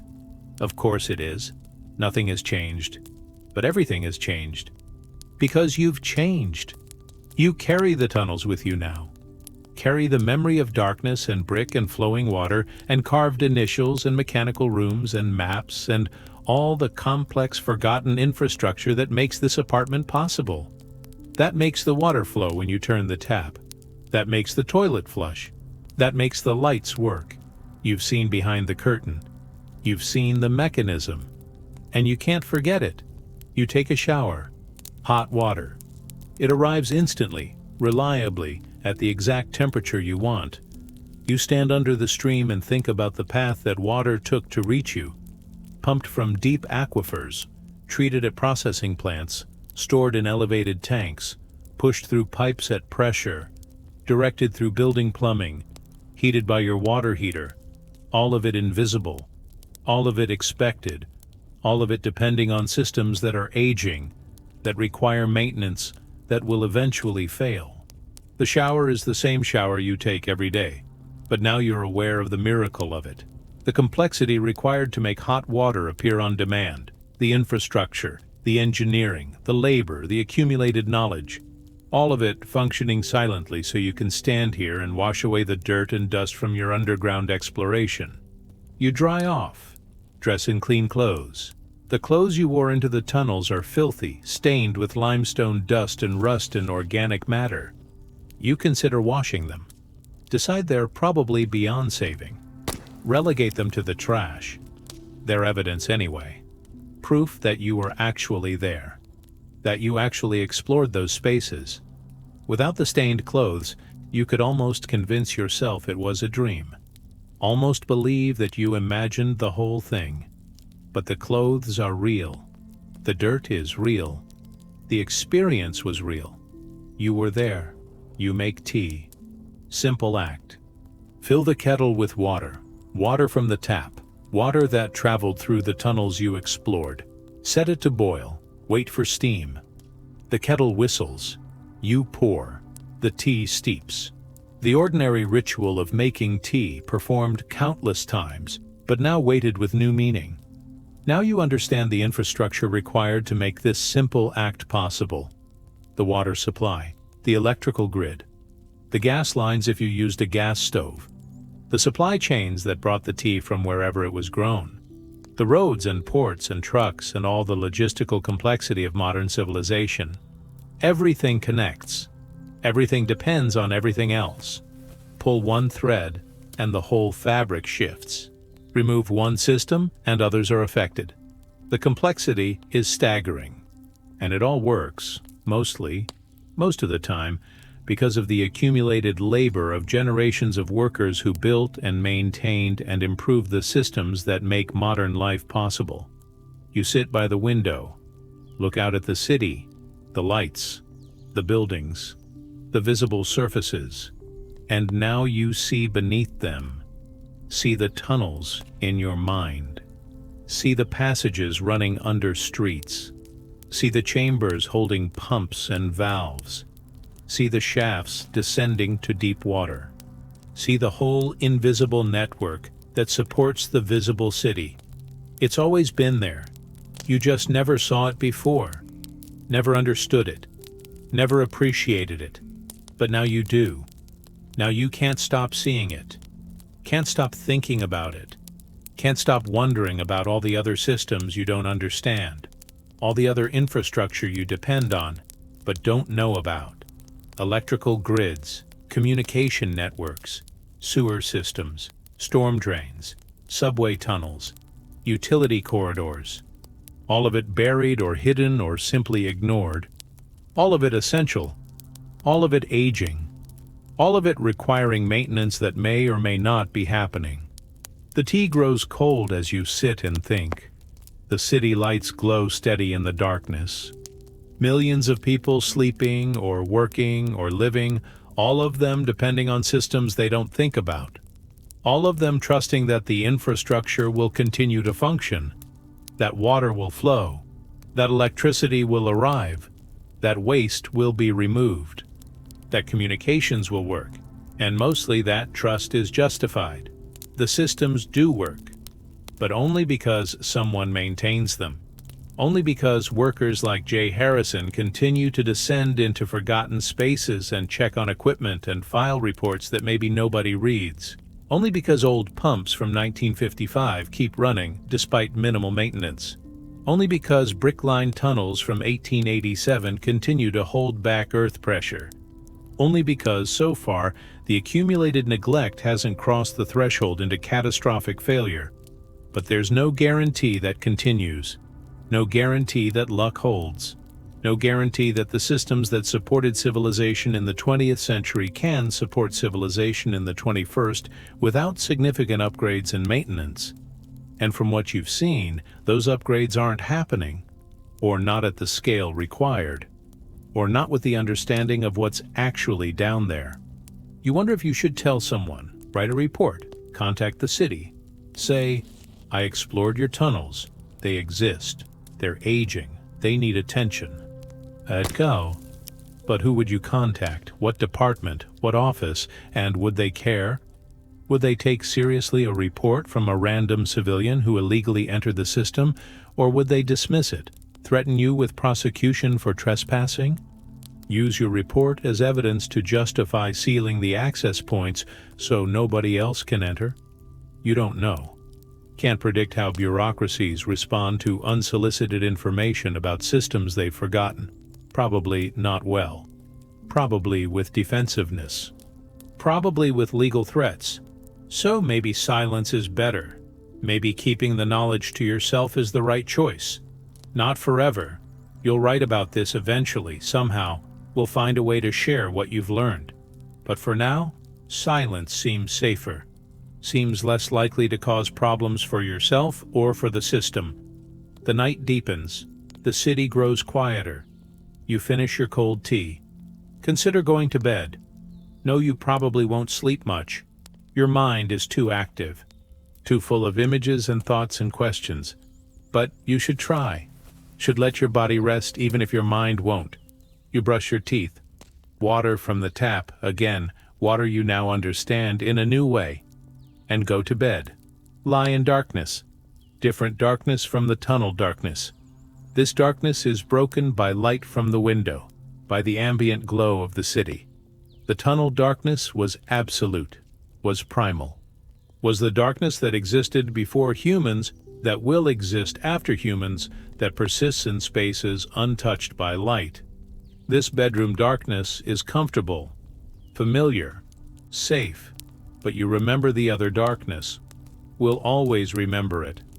Will carry it with you as a reference point, as a reminder of spaces that exist outside the human realm of control and light and comfort. Sleep comes eventually, fitfully. You dream of tunnels, of walking through brick-lined passages that stretch forever, of trying to read maps that keep changing, of pumps that grow larger and larger until they fill entire chambers, of water rising slowly, inexorably, filling tunnels, climbing walls, approaching the level where you stand. Not nightmare exactly, not frightening in the traditional sense, but unsettling, disconcerting. The kind of dreams that leave you feeling not rested but more tired when you wake. Morning arrives. You wake to sunlight through the window, immediate and bright and warm. Different from the cold underground air you breathed yesterday. Different from the darkness you explored. You lie in bed for a moment, orienting yourself, confirming that you're back in the normal world, the surface world, the world of light and routine. Check your body. Sore, definitely. Muscles you forgot you had are complaining. Scratches on your hands from rough stone. Bruises on your knees from crawling. Evidence of yesterday written on your body in aches and minor injuries. But nothing serious. Nothing that won't heal in a few days. The body recovers. The memory persists. You make breakfast. Coffee. Water. Again, always water. The fundamental material that makes life and civilization possible. Toast. Simple food. Ordinary routine. But now even routine feels different. Feels weighted with understanding. You're aware of the infrastructure behind every action. The electrical grid powering the toaster. The water supply feeding the coffee maker. The sewage system that will carry away waste when you wash the dishes. All of it working silently, invisibly, reliably. All of it requiring maintenance. All of it aging. All of it subject to eventual failure unless someone pays attention and performs the unglamorous work of keeping it functional. You spend the morning researching, not underground exploring. Once is enough for now, maybe forever. But researching the history of the city's water system. The archives are surprisingly rich. Newspaper articles from the 1880s describing construction projects. Engineering reports from the 1920s proposing system upgrades.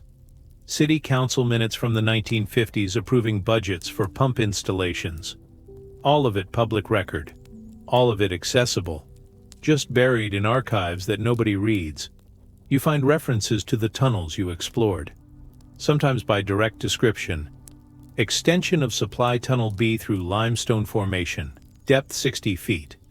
And sometimes, by inference, budget line items for underground construction or subsurface water routing. The history is there, fragmented, scattered across different sources, but present, recoverable. You compile notes, cross-reference dates and locations. Begin to build a mental map of how the system developed over time, how decisions were made, how routes were chosen, how engineering challenges were solved. And you find something interesting, references to workers who died. Not many, relatively speaking. The city archives don't dwell on casualties, don't memorialize the men who fell during construction, but the records exist if you look carefully. Coroner's reports, accident investigations, newspaper articles that mention, almost in passing, that a worker was killed during tunnel excavation or pump installation. The names are listed, the circumstances briefly described. Then the record moves on to other matters. These workers died building the infrastructure that still serves the city, died so that water could flow to taps, died in darkness, mostly in confined spaces, doing dangerous work for minimal pay, and now they're forgotten, completely forgotten. Their names exist only in archives. Their graves, if they have graves, are probably unmarked or in cemeteries nobody visits. They left no descendants, or their descendants don't know about this work, don't know about the connection to these tunnels. The workers are gone. The tunnels remain. That's the exchange. Human life traded for infrastructure. Individual mortality exchanged for civic utility. It's not a fair trade, but it's the trade that was made. The trade that's always made when civilization builds itself. You find the name of an engineer, Marcus Holloway, Chief Engineer for City Water District No. 4, 1928-1943. The man who oversaw construction of the mechanical room you found. The man who commissioned those Worthington pumps. The man who hired workers, made decisions, signed off on designs. Some biographical details are available. Born 1885, educated at engineering schools, worked for several cities before settling here. Died 1956. A life. A complete human life with hopes and fears and personality, reduced now to a few paragraphs in engineering journals and city records. Did Marcus Holloway ever descend into his own tunnels? Ever walk through the spaces he designed? Or did he remain on the surface, working from maps and plans and reports from subordinates? You hope he went down. Hope he saw his designs realized. Hope he felt some satisfaction from seeing the pipes placed, the pumps installed, the water flowing as planned. But you don't know. The records don't say. Marcus Holloway is gone. His pumps remain. You spend hours in this research, lose track of time. The morning becomes afternoon, becomes evening. You read until your eyes tire, until you've absorbed as much as you can process, until the story of the tunnels, or as much of it as can be recovered from fragmentary records, is clear in your mind. The story is this: the city needed water. The surface sources were inadequate. Engineers proposed tapping deep aquifers. Workers dug tunnels, by hand mostly, using basic tools and explosives, descending into darkness to create the voids that would carry water. The work was dangerous. People died, but the tunnels were completed. The system was built. Water flowed. The city grew. Population increased. Demand increased. The system was expanded. New tunnels, new pumps, new chambers, each generation adding to what previous generations built. Each generation modifying and improving and adapting the infrastructure to meet new needs, until eventually the system became too complex to fully understand. Until nobody living remembered how all the parts fit together. Until institutional memory failed, and the tunnels became forgotten except as entries on old maps. Until now, when only J. Harrison and maybe a few other workers maintain the system, working from procedures that may or may not reflect current reality, keeping the water flowing through inertia and routine rather than genuine understanding. And you realize, this is the pattern. Not just for water systems, for all infrastructure. It's built with intention and understanding. It's used and maintained for a while. Then the people who built it retire or die. The next generation maintains it but doesn't fully understand it. The generation after that maintains it less, understands it even less. And gradually, over decades or centuries, the infrastructure becomes a black box, becomes something that works or doesn't, but nobody knows exactly why or how. Becomes magic in the Arthur C. Clarke sense. Sufficiently advanced technology indistinguishable from magic. Except it's not technology that's advanced. It's technology that's old. Technology that's outlived its creators. Technology that persists beyond understanding. And that's terrifying. Because you can't fix what you don't understand. Can't maintain what you can't diagnose. Can't prevent failures you can't predict. The infrastructure works until it doesn't. And when it stops working, if the understanding has been lost, fixing it becomes exponentially harder. Maybe impossible. Maybe the failure cascades. Maybe the system collapses completely. Maybe civilization, built on layers of infrastructure it no longer understands, is more fragile than it appears. But maybe not. Maybe you're being too pessimistic again. Maybe human ingenuity is sufficient. Maybe when systems fail, we figure out solutions. Maybe we muddle through. Maybe civilization is more robust than it seems. Maybe the fact that the tunnels have survived 140 years of neglect is evidence that good engineering is more durable than pessimists believe. Maybe the redundancy built into old systems is enough to handle modern inattention. Maybe. You hope so. Because the alternative is too depressing to contemplate for long. Evening. Again. Another day passed in obsession with tunnels and infrastructure and the hidden skeletons of cities. You close the research. Close the books and articles and records. Return to the present. Return to your ordinary life. Make dinner. Eat while watching the news, which is full of political arguments and social controversies and all the usual noise of modern discourse. None of it mentioning infrastructure. None of it discussing the aging systems that make civilization possible. Infrastructure is boring, unglamorous, not newsworthy unless it fails dramatically. And even then, the coverage focuses on the failure itself, the flooding, the outage, the inconvenience, not on the decades of deferred maintenance that led to failure, not on the systemic problems, not on the need for long-term investment in systems that won't show returns within electoral cycles. Infrastructure is politically difficult, expensive, boring, so it's neglected, and the neglect accumulates, and eventually, inevitably, systems fail. And everyone acts surprised. Acts like the failure came out of nowhere. Acts like there were no warning signs. But there are always warning signs. Always cracks in the concrete. Always rust on the iron. Always pressure gauges reading wrong. Always pumps running louder than they should. Always evidence, if you're paying attention, that the system is degrading. That maintenance is needed. That investment is required. But who pays attention? Who cares about tunnels nobody sees? Who advocates for spending money on infrastructure that's already built and therefore doesn't generate ribbon-cutting ceremonies and photo opportunities? Nobody. Or almost nobody. Just workers like Jay Harrison who do the job because it's the job. Who file reports because procedures say to file reports. Who maintain the system because somebody has to.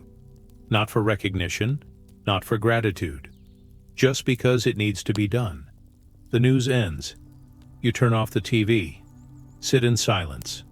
Think about everything you've learned in the past day and a half. Think about the tunnels, the workers, the history, the infrastructure, the systems that make life possible. Think about how much you didn't know, how much you still don't know, how much knowledge has been lost, how much is being lost constantly as older workers retire without training successors, as records are misfiled or destroyed, as institutional memory degrades. And you feel a kind of sadness, not personal sadness, not grief for anything you've lost, but sadness for the collective amnesia, sadness that we build these magnificent systems and then forget them, forget the labor that created them, forget the lives that were spent making them, forget even that they exist until they fail. It seems wasteful, seems disrespectful, seems like a failure of human culture. We should remember, should honor, should teach each generation about the infrastructure they depend on, should make infrastructure literacy a basic part of education, should create cultures that value maintenance as much as innovation. But we don't. We value novelty over maintenance, value new construction over repair, value visible achievements over invisible necessity, and so the tunnels are forgotten, and the workers are forgotten, and the knowledge is lost, and eventually, predictably, systems fail. But maybe, and this thought lifts your mood slightly, maybe your exploration means something, maybe by going down, by seeing, by trying to understand and now trying to document, you're pushing back against the amnesia. Just a tiny bit. Just one person remembering, one person caring, one person trying to preserve the knowledge before it's completely lost. It's not much. It won't save the tunnels, won't prevent them from eventually failing, won't solve the systemic problems of infrastructure neglect. But it's something. It's better than nothing. It's a small act of resistance against forgetting. And maybe that's all anyone can do. Small acts, individual efforts, hoping they accumulate into something larger, hoping someone else reads your documentation and becomes curious, becomes interested, descends into their own tunnels, learns their own city's infrastructure, preserves their own fragments of knowledge. And slowly, incrementally, the collective amnesia is pushed back, not defeated. That's probably impossible, but resisted, slowed, made a bit less total. You think about William H. and his initials carved in stone in 1849. William H. couldn't have known that anyone would read those initials 176 years later. Couldn't have known that you'd stand in that darkness and try to imagine who he was. Couldn't have known his small act of self-assertion would outlast everything else about his life. But it did. The marks remain. The memory, however vague and incomplete, persists. And maybe that's what matters. Not grand monuments or official recognition, but small traces, evidence of existence, proof that someone was there Did the work mattered in however minor a way? You think about the documentation you're creating, the notes, the research, the eventual article or essay or book or whatever form this takes. It's your version of carving initials, your way of saying, I was there. I saw this. This matters. Remember it. And maybe, centuries from now, someone will read your documentation and think about you the way you thought about William H. Will try to imagine who you were, why you explored, what you felt standing in that darkness. And the memory will persist, fragmentary, incomplete, but present, not erased, not forgotten, not yet. Night deepens. You should sleep. Actually sleep this time, not the fitful half-rest of last night. Your body needs it. Your mind needs it. Tomorrow you'll return fully to ordinary life, to work or school or whatever your routine involves, to surface concerns, to the visible city. But tonight, one more night, you sit in the darkness of your apartment and think about tunnels, about infrastructure, about the patient work of stone and water and brick, about the labor of forgotten workers, about pumps from 1955 that keep running, about carved initials from 1849, about the deep skeletons that make cities possible, about the amnesia that threatens to erase them, about the small acts of remembering that push back against forgetting, about civilization built on layers we don't understand, about the fragility that lurks beneath every surface of normalcy, about the terrifying realization that the systems we depend on are aging, are complex beyond comprehension, are maintained by fewer and fewer people who understand them, about the weight of that knowledge, about the responsibility it creates, about the question, what do you do when you see the cracks? When you understand the vulnerability? When you know the truth that most people don't know and probably don't want to know? You don't have answers, not clear ones, not actionable ones, just the commitment to remember, to document, to try in whatever small way possible, to preserve the knowledge, to honor the workers, to acknowledge the infrastructure, to resist however futilely the forgetting. That's all, that's everything. That's what you can do. And finally, exhausted by thinking, overwhelmed by the weight of understanding, you go to bed, lie in darkness, close your eyes, and this time sleep comes.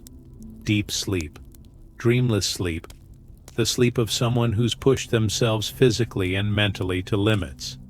The sleep of someone who's seen things that can't be unseen, learned things that can't be unlearned, changed in ways that can't be reversed. The sleep of someone who descended into darkness and returned with knowledge, with burden, with responsibility, with memory. Tomorrow will come, the city will continue, the tunnels will remain, the water will flow, the infrastructure will work for now until it doesn't. And you'll be there, remembering, documenting, trying to preserve what can be preserved before the forgetting becomes complete. If you're still awake, impressive. Tell me in the comments where you fell asleep. I like knowing which part of the world's machinery gently defeated you. Until next time, rest well, wanderer of pipes and wires.